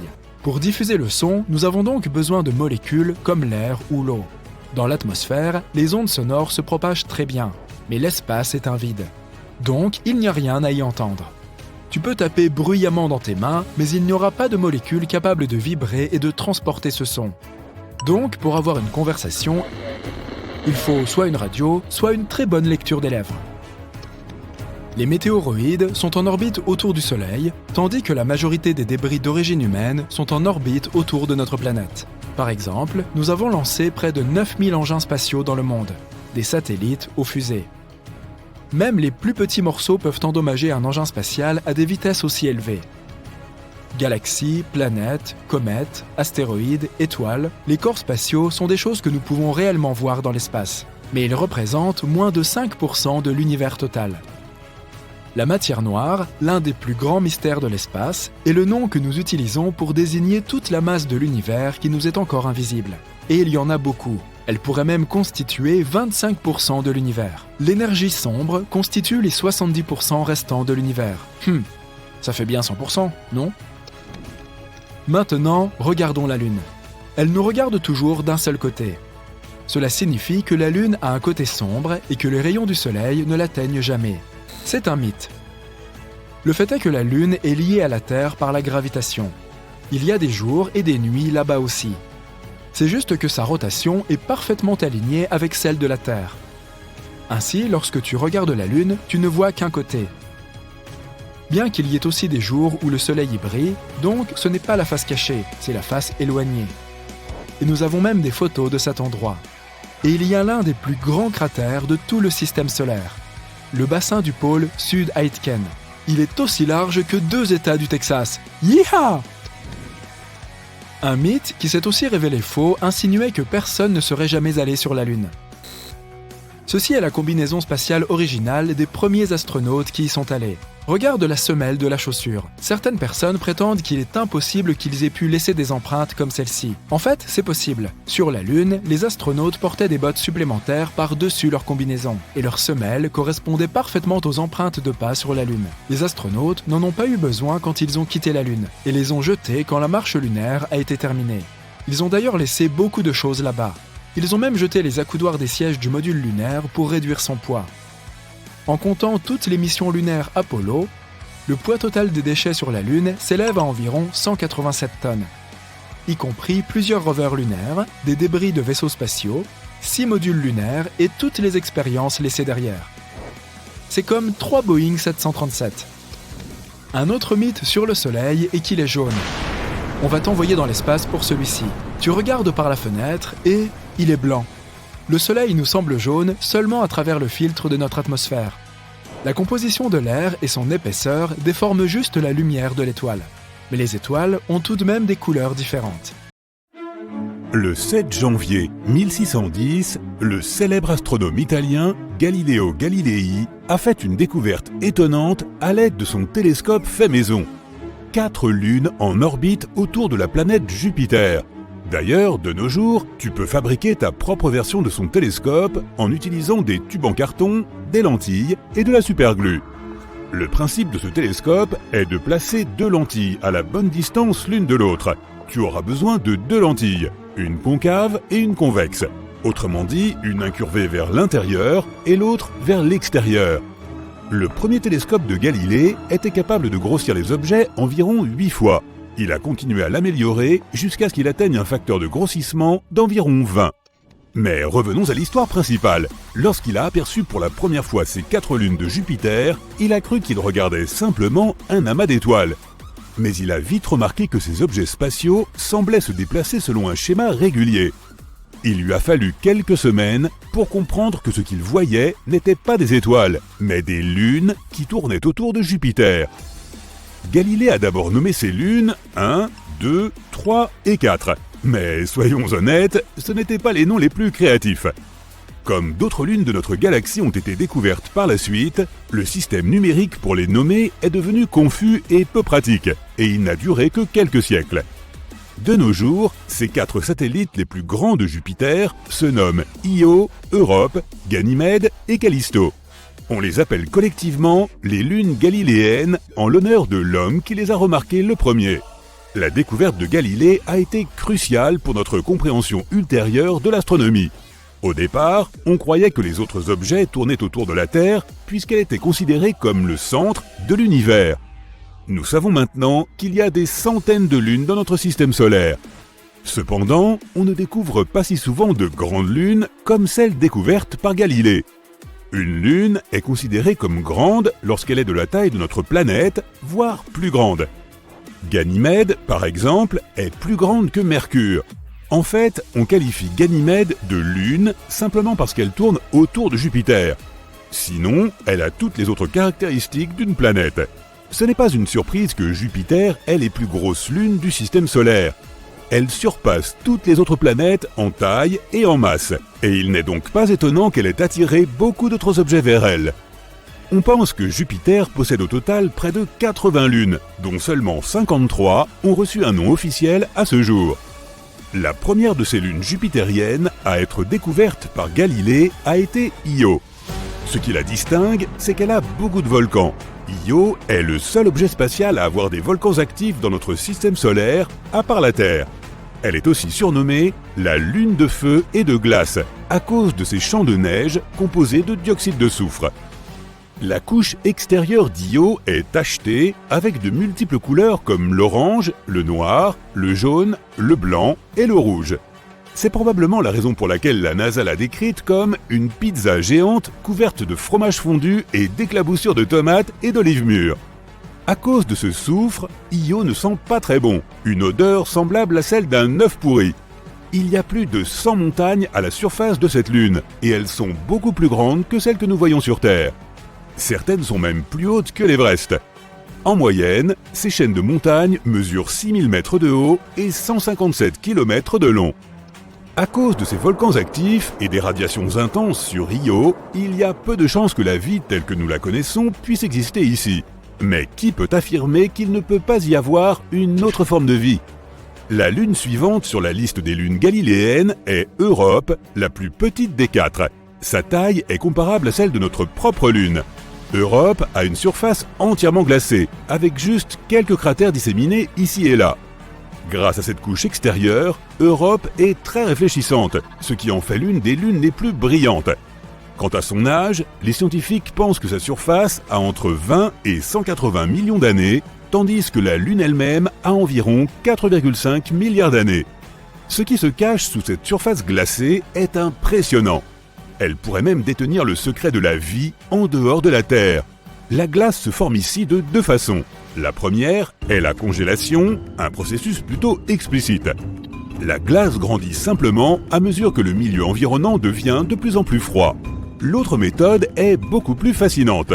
Une couche d'eau surfondue, se trouvant sous l'enveloppe de glace, réagit lorsqu'elle est agitée. Elle génère alors ces cristaux qui donnent l'impression qu'il neige à l'envers, flottant vers le haut jusqu'à la couche de glace sous laquelle il se trouve. Tu peux recréer cet environnement toi-même à la maison. Prends une bouteille d'eau purifiée et mets-la au congélateur. Si tu n'as pas d'eau purifiée à proximité, fais simplement bouillir de l'eau plusieurs fois pour te débarrasser d'autant d'impuretés que possible. Comme il n'y aura pas de particules à l'intérieur, une fois dans le congélateur, elle ne deviendra pas solide. Mais si tu sors ensuite la bouteille du congélateur et que tu la secoues, l'impact fera rapidement cristalliser l'eau, lui donnant une consistance semblable à de la neige fondue. Il y a peut-être de l'eau sur Europe, mais jusqu'à présent, il y a peu de preuves que la vie existe sur cette lune. Cependant, c'est l'une des meilleures candidates du système solaire pour une habitabilité potentielle. Certaines formes de vie pourraient s'adapter pour vivre dans son océan sous la glace. Cet environnement est très probablement similaire à celui que l'on trouve dans les évents hydrothermaux de notre planète, cachés au plus profond de nos océans. La quantité d'oxygène dans l'atmosphère d'Europe est très faible, mais en 2013, la NASA a trouvé des indices prometteurs qui soutiennent encore une fois la théorie selon laquelle il y a un potentiel de vie sur cette lune. En effet, il semble qu'Europe pourrait éjecter de l'eau dans l'espace. Si cela est confirmé par de futures observations, cela pourrait aussi signifier qu'Europe est géologiquement active. Cela pourrait aussi s'avérer utile si nous parvenons un jour à en étudier les sources d'eau. La plus grande des lunes galiléennes est Ganymède. C'est aussi la plus grosse lune de notre système solaire tout court. C'est un objet spatial de faible densité dont la taille est similaire à celle de Mercure, mais qui représente seulement la moitié de sa masse. Cependant, Ganymède est la seule lune à posséder son propre champ magnétique. Il est toutefois assez faible et nous pouvons à peine le remarquer depuis la Terre, car il est éclipsé par le champ magnétique beaucoup plus puissant de Jupiter. Un autre aspect intéressant de Ganymède est que son atmosphère contient de l'oxygène. Mais ne t'emballe pas trop, c'est loin d'être suffisant pour que des formes de vie y prolifèrent. En décembre 2021, un clip audio de 50 secondes a été publié. Il avait été enregistré par la sonde de la NASA lors de son survol de Ganymède. Pour les non-initiés, les sons ressemblaient davantage à ceux d'une vieille connexion Internet. Mais en raison de ses airs excentriques, Ganymède a rapidement été surnommée la lune chantante de Jupiter. Enfin, pour clôturer la liste des lunes galiléennes, on trouve Callisto, ou l'objet le plus fortement cratérisé de notre système solaire. Ce qui est intéressant avec cette lune, c'est que son paysage a à peine changé depuis sa formation, et les scientifiques débattent encore de la raison de ce phénomène. La plupart des autres objets spatiaux subissent des tas de changements tout au long de leur vie, en raison d'événements comme des collisions avec d'autres objets, des changements d'orientation ou de vitesse, ou des réactions chimiques qui se produisent à leur surface. Callisto a aussi à peu près la taille de la planète Mercure, mais sa densité est également plus faible. Le champ magnétique de Jupiter a un impact moindre sur Callisto, car cette dernière est la plus éloignée de la géante gazeuse. On estime que sa surface a un âge stupéfiant de 4 milliards d'années. Contrairement à Io, Callisto n'est pas géologiquement active, mais les scientifiques pensent qu'un océan pourrait se cacher sous sa surface, qui pourrait potentiellement abriter de la vie. Le fait qu'elle soit moins touchée par le champ magnétique de Jupiter signifie qu'elle présente des niveaux de radiation plus faibles. Étant donné cet environnement approprié, nous finirons peut-être par y installer un jour une base humaine en vue d'une exploration future. Les vastes étendues de l'univers recèlent une infinité de secrets et de possibilités. Et voici l'une des questions les plus intrigantes. À quoi ressemblerait la vie et nous autres en tant qu'êtres humains sur d'autres planètes ? Imagine un monde où les lois de la physique, les conditions et l'environnement sont si différents de ce à quoi nous sommes habitués. Comment évoluerions-nous pour nous adapter à ces nouvelles contrées étranges ? Voyons voir. Mercure est la planète la plus proche du Soleil et possède une atmosphère très fine.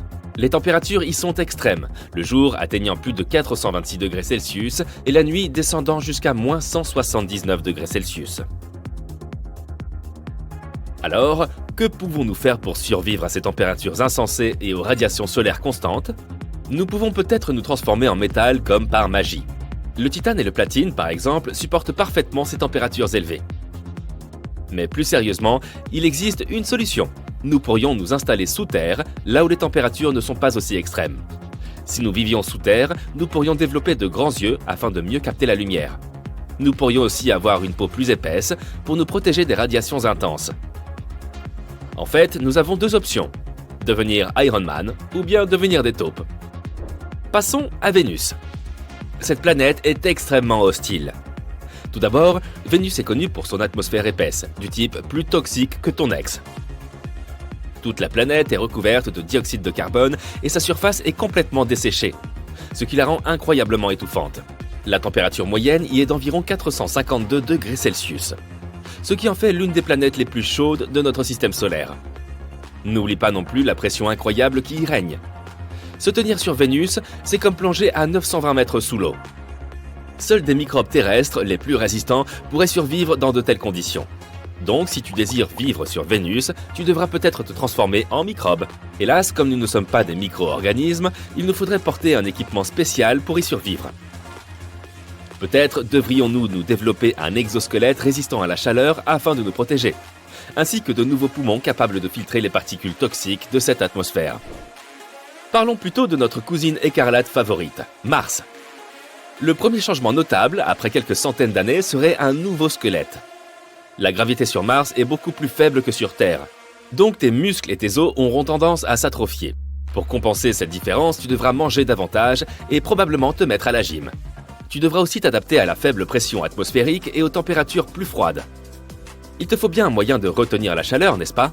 Cela signifie que tu devras avoir une couche de graisse plus épaisse. Désolé, mais sur Mars, nous risquons de prendre du poids.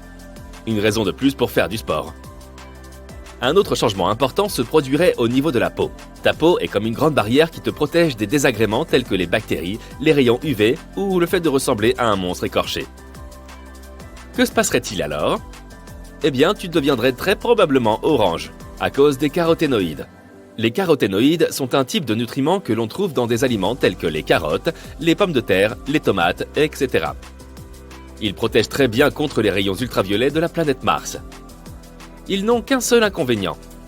Si tu manges trop de citrouilles cultivées sur place, tu vireras progressivement à l'orange.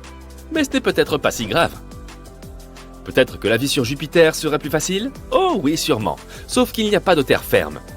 Cette planète est composée d'hydrogène et d'hélium, et c'est pour ça qu'on l'appelle une géante gazeuse. Tu y tomberais tout simplement, au travers des immenses nuages. Et même si tu parvenais à atterrir et à marcher sur quelque chose, ce serait comme si tu te déplaçais dans un brouillard à couper au couteau. Alors comment évoluerions-nous là-bas ? Primo, notre taille pourrait changer pour résister aux immenses pressions. Secondo, les fluctuations de température sur Jupiter sont énormes. La surface est terriblement froide et la température augmente considérablement sous les couches extérieures de l'atmosphère. Tertio, si tu vivais sur Jupiter, il n'y aurait pas de langage oral. Cette géante gazeuse absorbe les ondes radio, donc même si tu parlais, personne ne pourrait t'entendre. Il n'y aurait pas non plus de musique, et donc pas de fête. À quoi bon alors ? Peut-être pourrions-nous communiquer en langage des signes ? Mais ce n'est pas si simple. Jupiter est perpétuellement agité de vents violents et de puissants orages. Il est donc peu probable que tu puisses y voir quoi que ce soit. Même si nous évoluions d'une manière ou d'une autre, notre vie n'y serait vraiment pas facile. Avant d'atterrir sur Saturne, tu voudras probablement admirer de près ses anneaux emblématiques. Mais c'est hélas impossible, car les anneaux de Saturne sont constitués d'un tas de particules de glace flottant dans l'espace. Il serait donc extrêmement difficile d'atterrir. Allons donc directement sur Saturne. À première vue, cette planète ne semble pas si mal. Certaines couches de cette géante gazeuse présentent des températures plutôt agréables. Si nous plongeons plus profondément dans la planète, il fait même relativement chaud, jusqu'à -3 degrés dans sa deuxième couche. Il s'agit d'une température moyenne dans les pays comme la Suède et le Canada. Malheureusement, il ne s'agit que d'une seule de ces nombreuses couches. Le reste de la planète est incroyablement froid. Pour survivre sur Saturne, nous devrions donc faire beaucoup d'efforts. En plus du froid, nous devrions nous accommoder de l'environnement hostile de la planète, notamment ses tempêtes extrêmes, ses vents violents et ses radiations. Pour nous protéger de ces conditions, il nous faudrait encore développer une peau résistante, des techniques d'isolation, etc., etc. La planète suivante est Uranus. L'environnement d'Uranus est très différent de celui de la Terre, avec des températures beaucoup plus froides, l'absence de surface solide et une atmosphère très différente. C'est comme une autre Jupiter, mais qui donnerait dans les tons bleus. Mais on pourrait plus mal tomber. Il y a même de l'eau sur Uranus. Le seul problème, c'est que la planète regorge d'ammoniac, ce produit radical que nous utilisons pour le nettoyage. Ne t'étonne donc pas si tu y sens une odeur irrespirable. De plus, il fait incroyablement froid là-bas, comme si l'hiver n'en finissait jamais. Comment survivre dans un environnement aussi sombre et hostile ? Nous aurions besoin d'une peau plus épaisse pour faire face à ces températures extrêmes. Nous aurions également besoin d'yeux plus grands pour mieux voir dans l'obscurité. Enfin, nous pourrions être amenés à développer un nouveau système auditif, comme celui des dauphins. Ce serait assez rigolo, non ? Passons à Neptune. Si des êtres humains devaient évoluer sur Neptune, il leur faudrait s'adapter à ces conditions difficiles. Neptune, la 8e planète la plus éloignée du Soleil, est une autre géante gazeuse.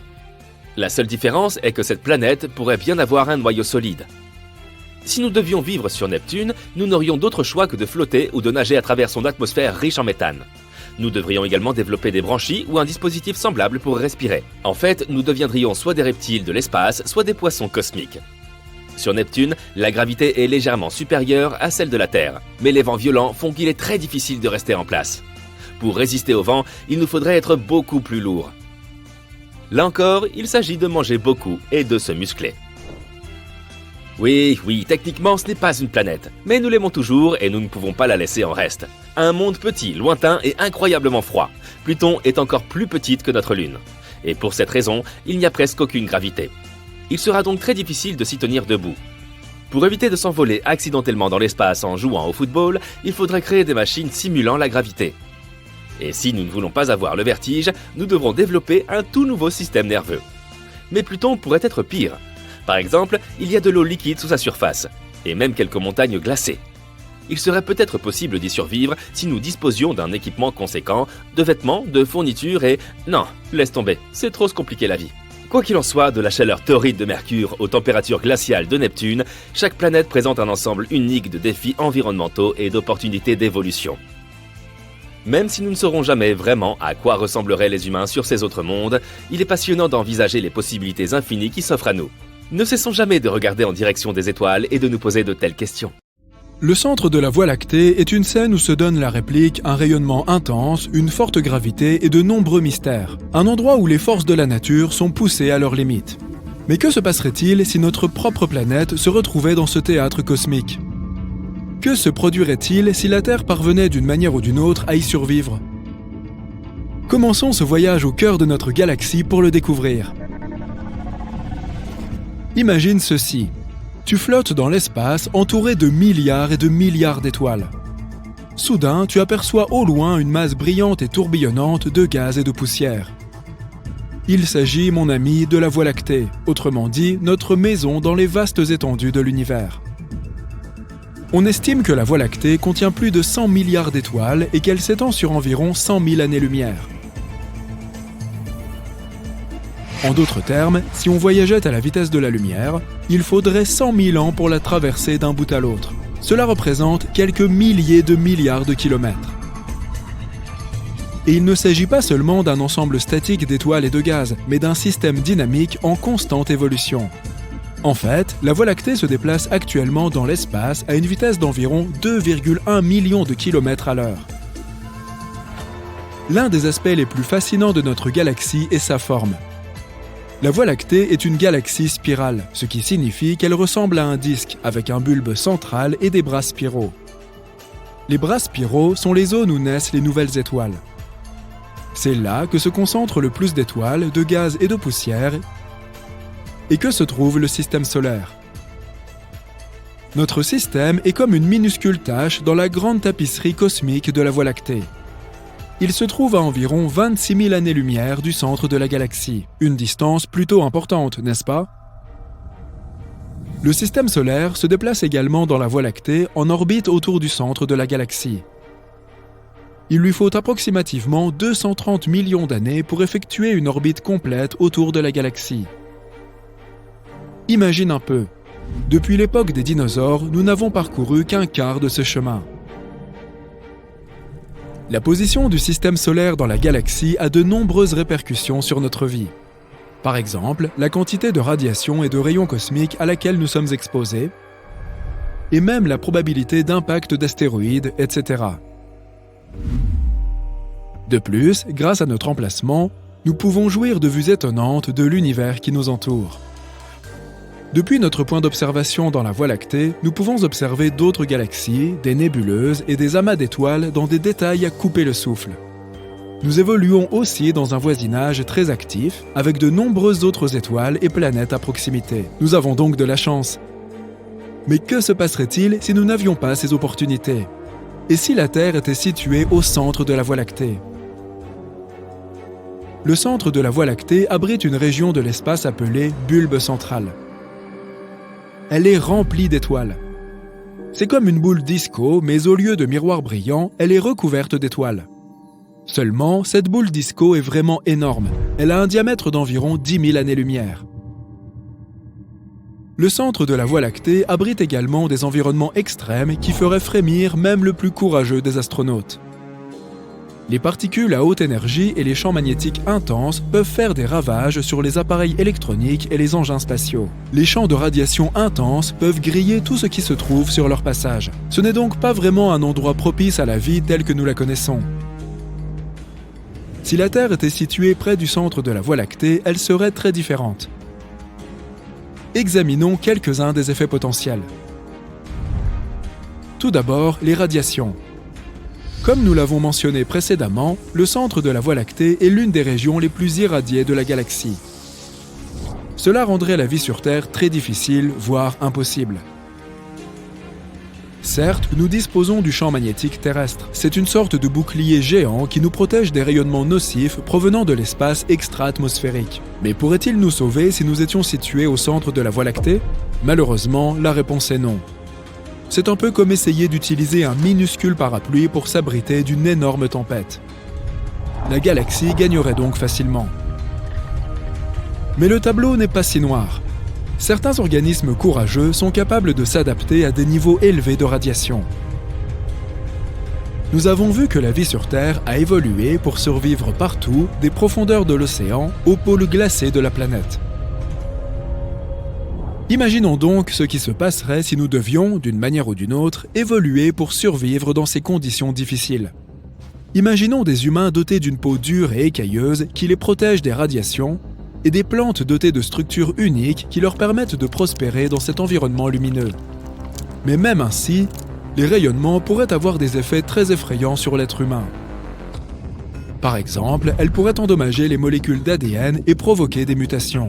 Imagine un monde où les plantes auraient 5 feuilles au lieu de 4, où les animaux auraient un pelage étrangement coloré, où les gens auraient des yeux d'une couleur inhabituelle, ou d'autres caractéristiques originales. Et ce ne sont là que quelques-uns des meilleurs exemples. Ne parlons même pas des plus moches. En outre, elles pourraient nous faire subir des changements métaboliques. Notre corps pourrait traiter la nourriture et d'autres ressources plus rapidement, ce qui pourrait entraîner des taux de croissance plus rapides et des tailles plus importantes. Les plantes pourraient devenir grandes et larges et les animaux seraient beaucoup plus imposants que la normale. Il existe également sur Terre des organismes capables de produire de la bioluminescence. Grâce à des niveaux élevés de rayonnement, ils pourraient briller encore plus que d'habitude. Imagine que tu te promènes dans une forêt la nuit et que tu vois les arbres, les champignons et même les insectes briller d'une étrange lumière bleue ou verte. À la fois effrayant et surprenant, n'est-ce pas? Mais passons au prochain grand changement, la gravité. Au centre de la Voie lactée, la gravité est incroyablement forte. Tout cela grâce à un trou noir supermassif, dont la masse est environ 4 millions de fois supérieure à celle du Soleil. Ce trou noir s'appelle Sagittarius A. Et oui, c'est notre voisin maintenant. Génial! Et en supposant que nous ne soyons pas avalés par ce trou noir ou écrasés par cette gravité incroyablement forte, cela pourrait tout de même déclencher de nombreux tremblements de terre et éruptions volcaniques. Ce trou noir serait comme un tyran gravitationnel, tirant et arrachant tout ce qui se trouve sur son chemin. En fait, si nous survivions à ce trou noir, nous participerions tous les jours à une sorte de compétition de surf grandiose. Il suffit d'ajouter un peu de frisson en risquant sa vie. Et oublions l'idée de fuir la planète. Ce ne serait plus du tout aussi simple de lancer des fusées. Oh, et les objets physiques ne seraient pas les seuls à être affectés par la gravité. Le temps s'écoulerait très différemment pour nous. Selon la théorie de la relativité d'Einstein, le temps s'écoule plus lentement dans les zones de forte gravité.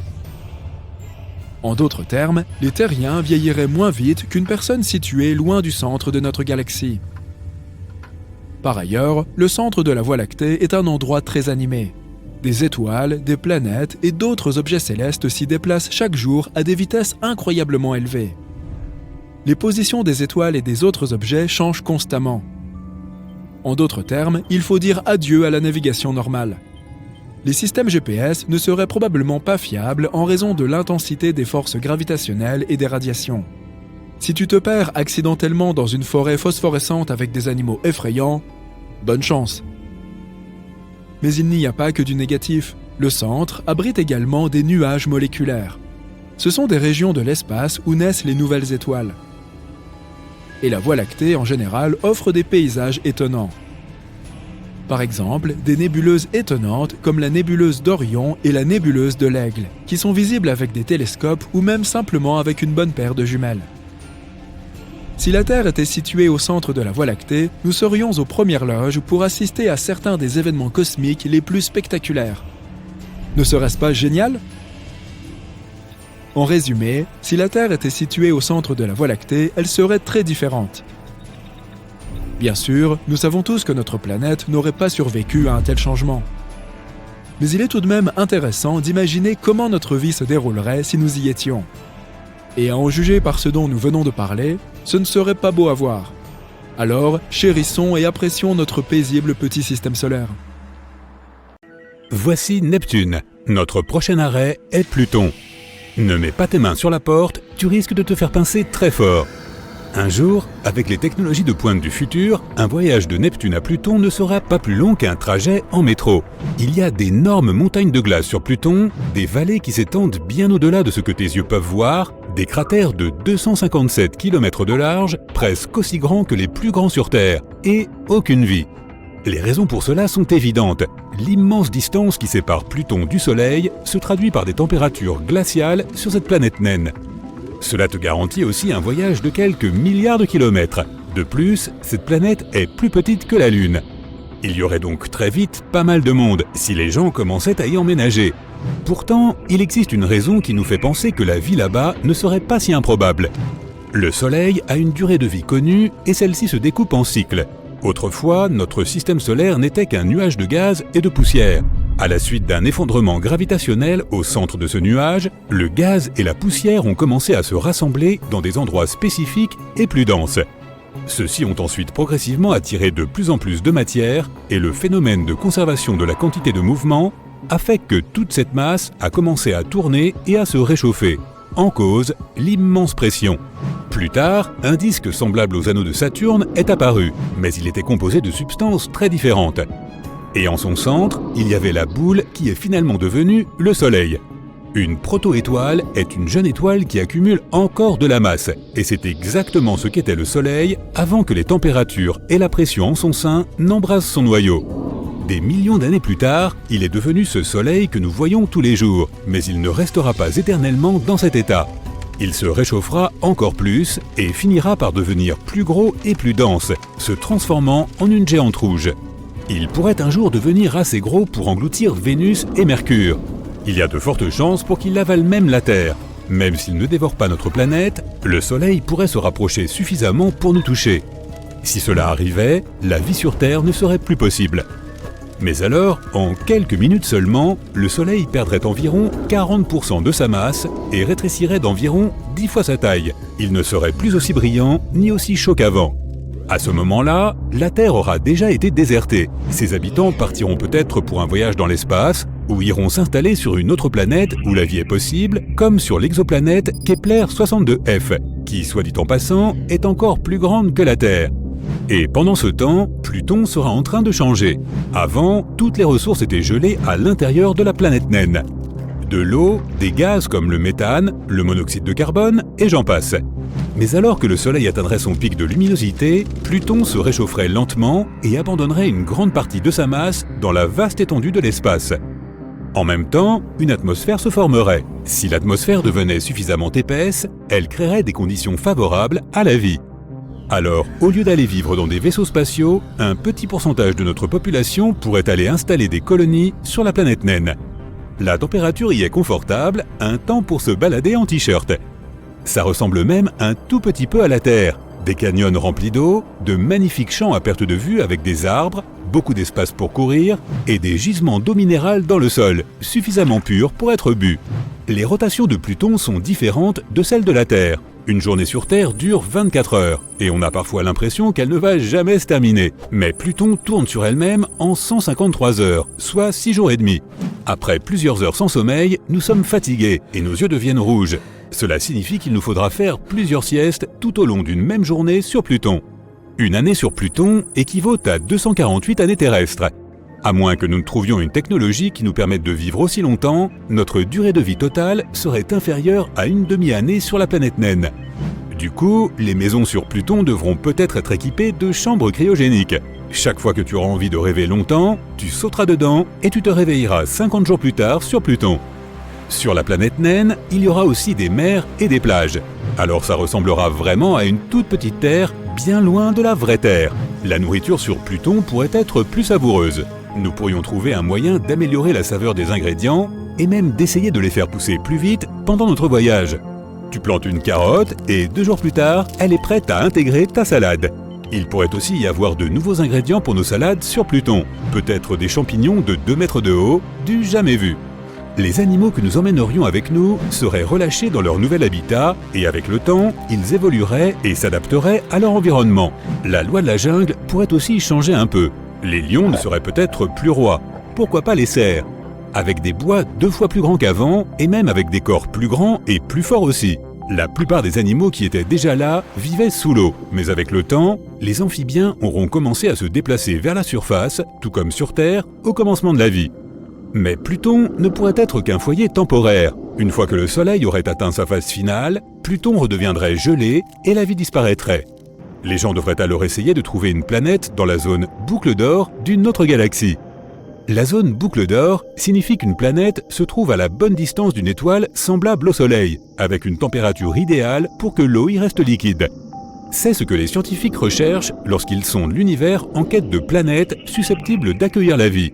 Nous pourrions essayer de fonder de nouvelles colonies sur une planète de ce type, ou même, pourquoi pas, créer notre propre demeure artificielle, quelque chose entre une planète et un vaisseau spatial, une combinaison des deux.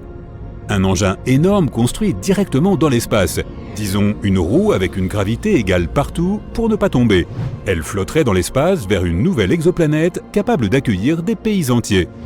Tout ce voyage simplement parce que le Soleil aurait d'abord trop grandi, puis, ayant atteint le point culminant de son cycle de vie, serait devenu une naine blanche. Ce serait un voyage assez long et des générations entières naîtraient pendant le trajet.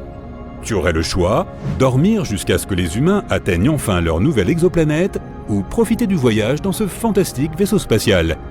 Il y a tout ce dont tu as besoin à bord, des centres commerciaux plus grands que ceux de la Terre, des grandes villes futuristes et même des endroits pour cultiver la terre. Des champs avec un sol riche fabriqués artificiellement.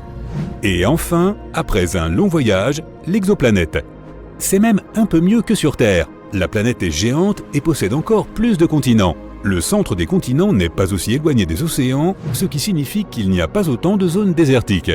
Bien que le soleil de cette planète soit une naine orange, il n'est pas aussi chaud que notre soleil actuel, une naine jaune. Il est un peu plus petit, mais voilà le truc, les naines oranges vivent un peu plus longtemps. Elles restent stables pendant 14 à 45 milliards d'années. Malgré cela, cette nouvelle planète est pleine de forêts tropicales parce qu'il est fait plus chaud.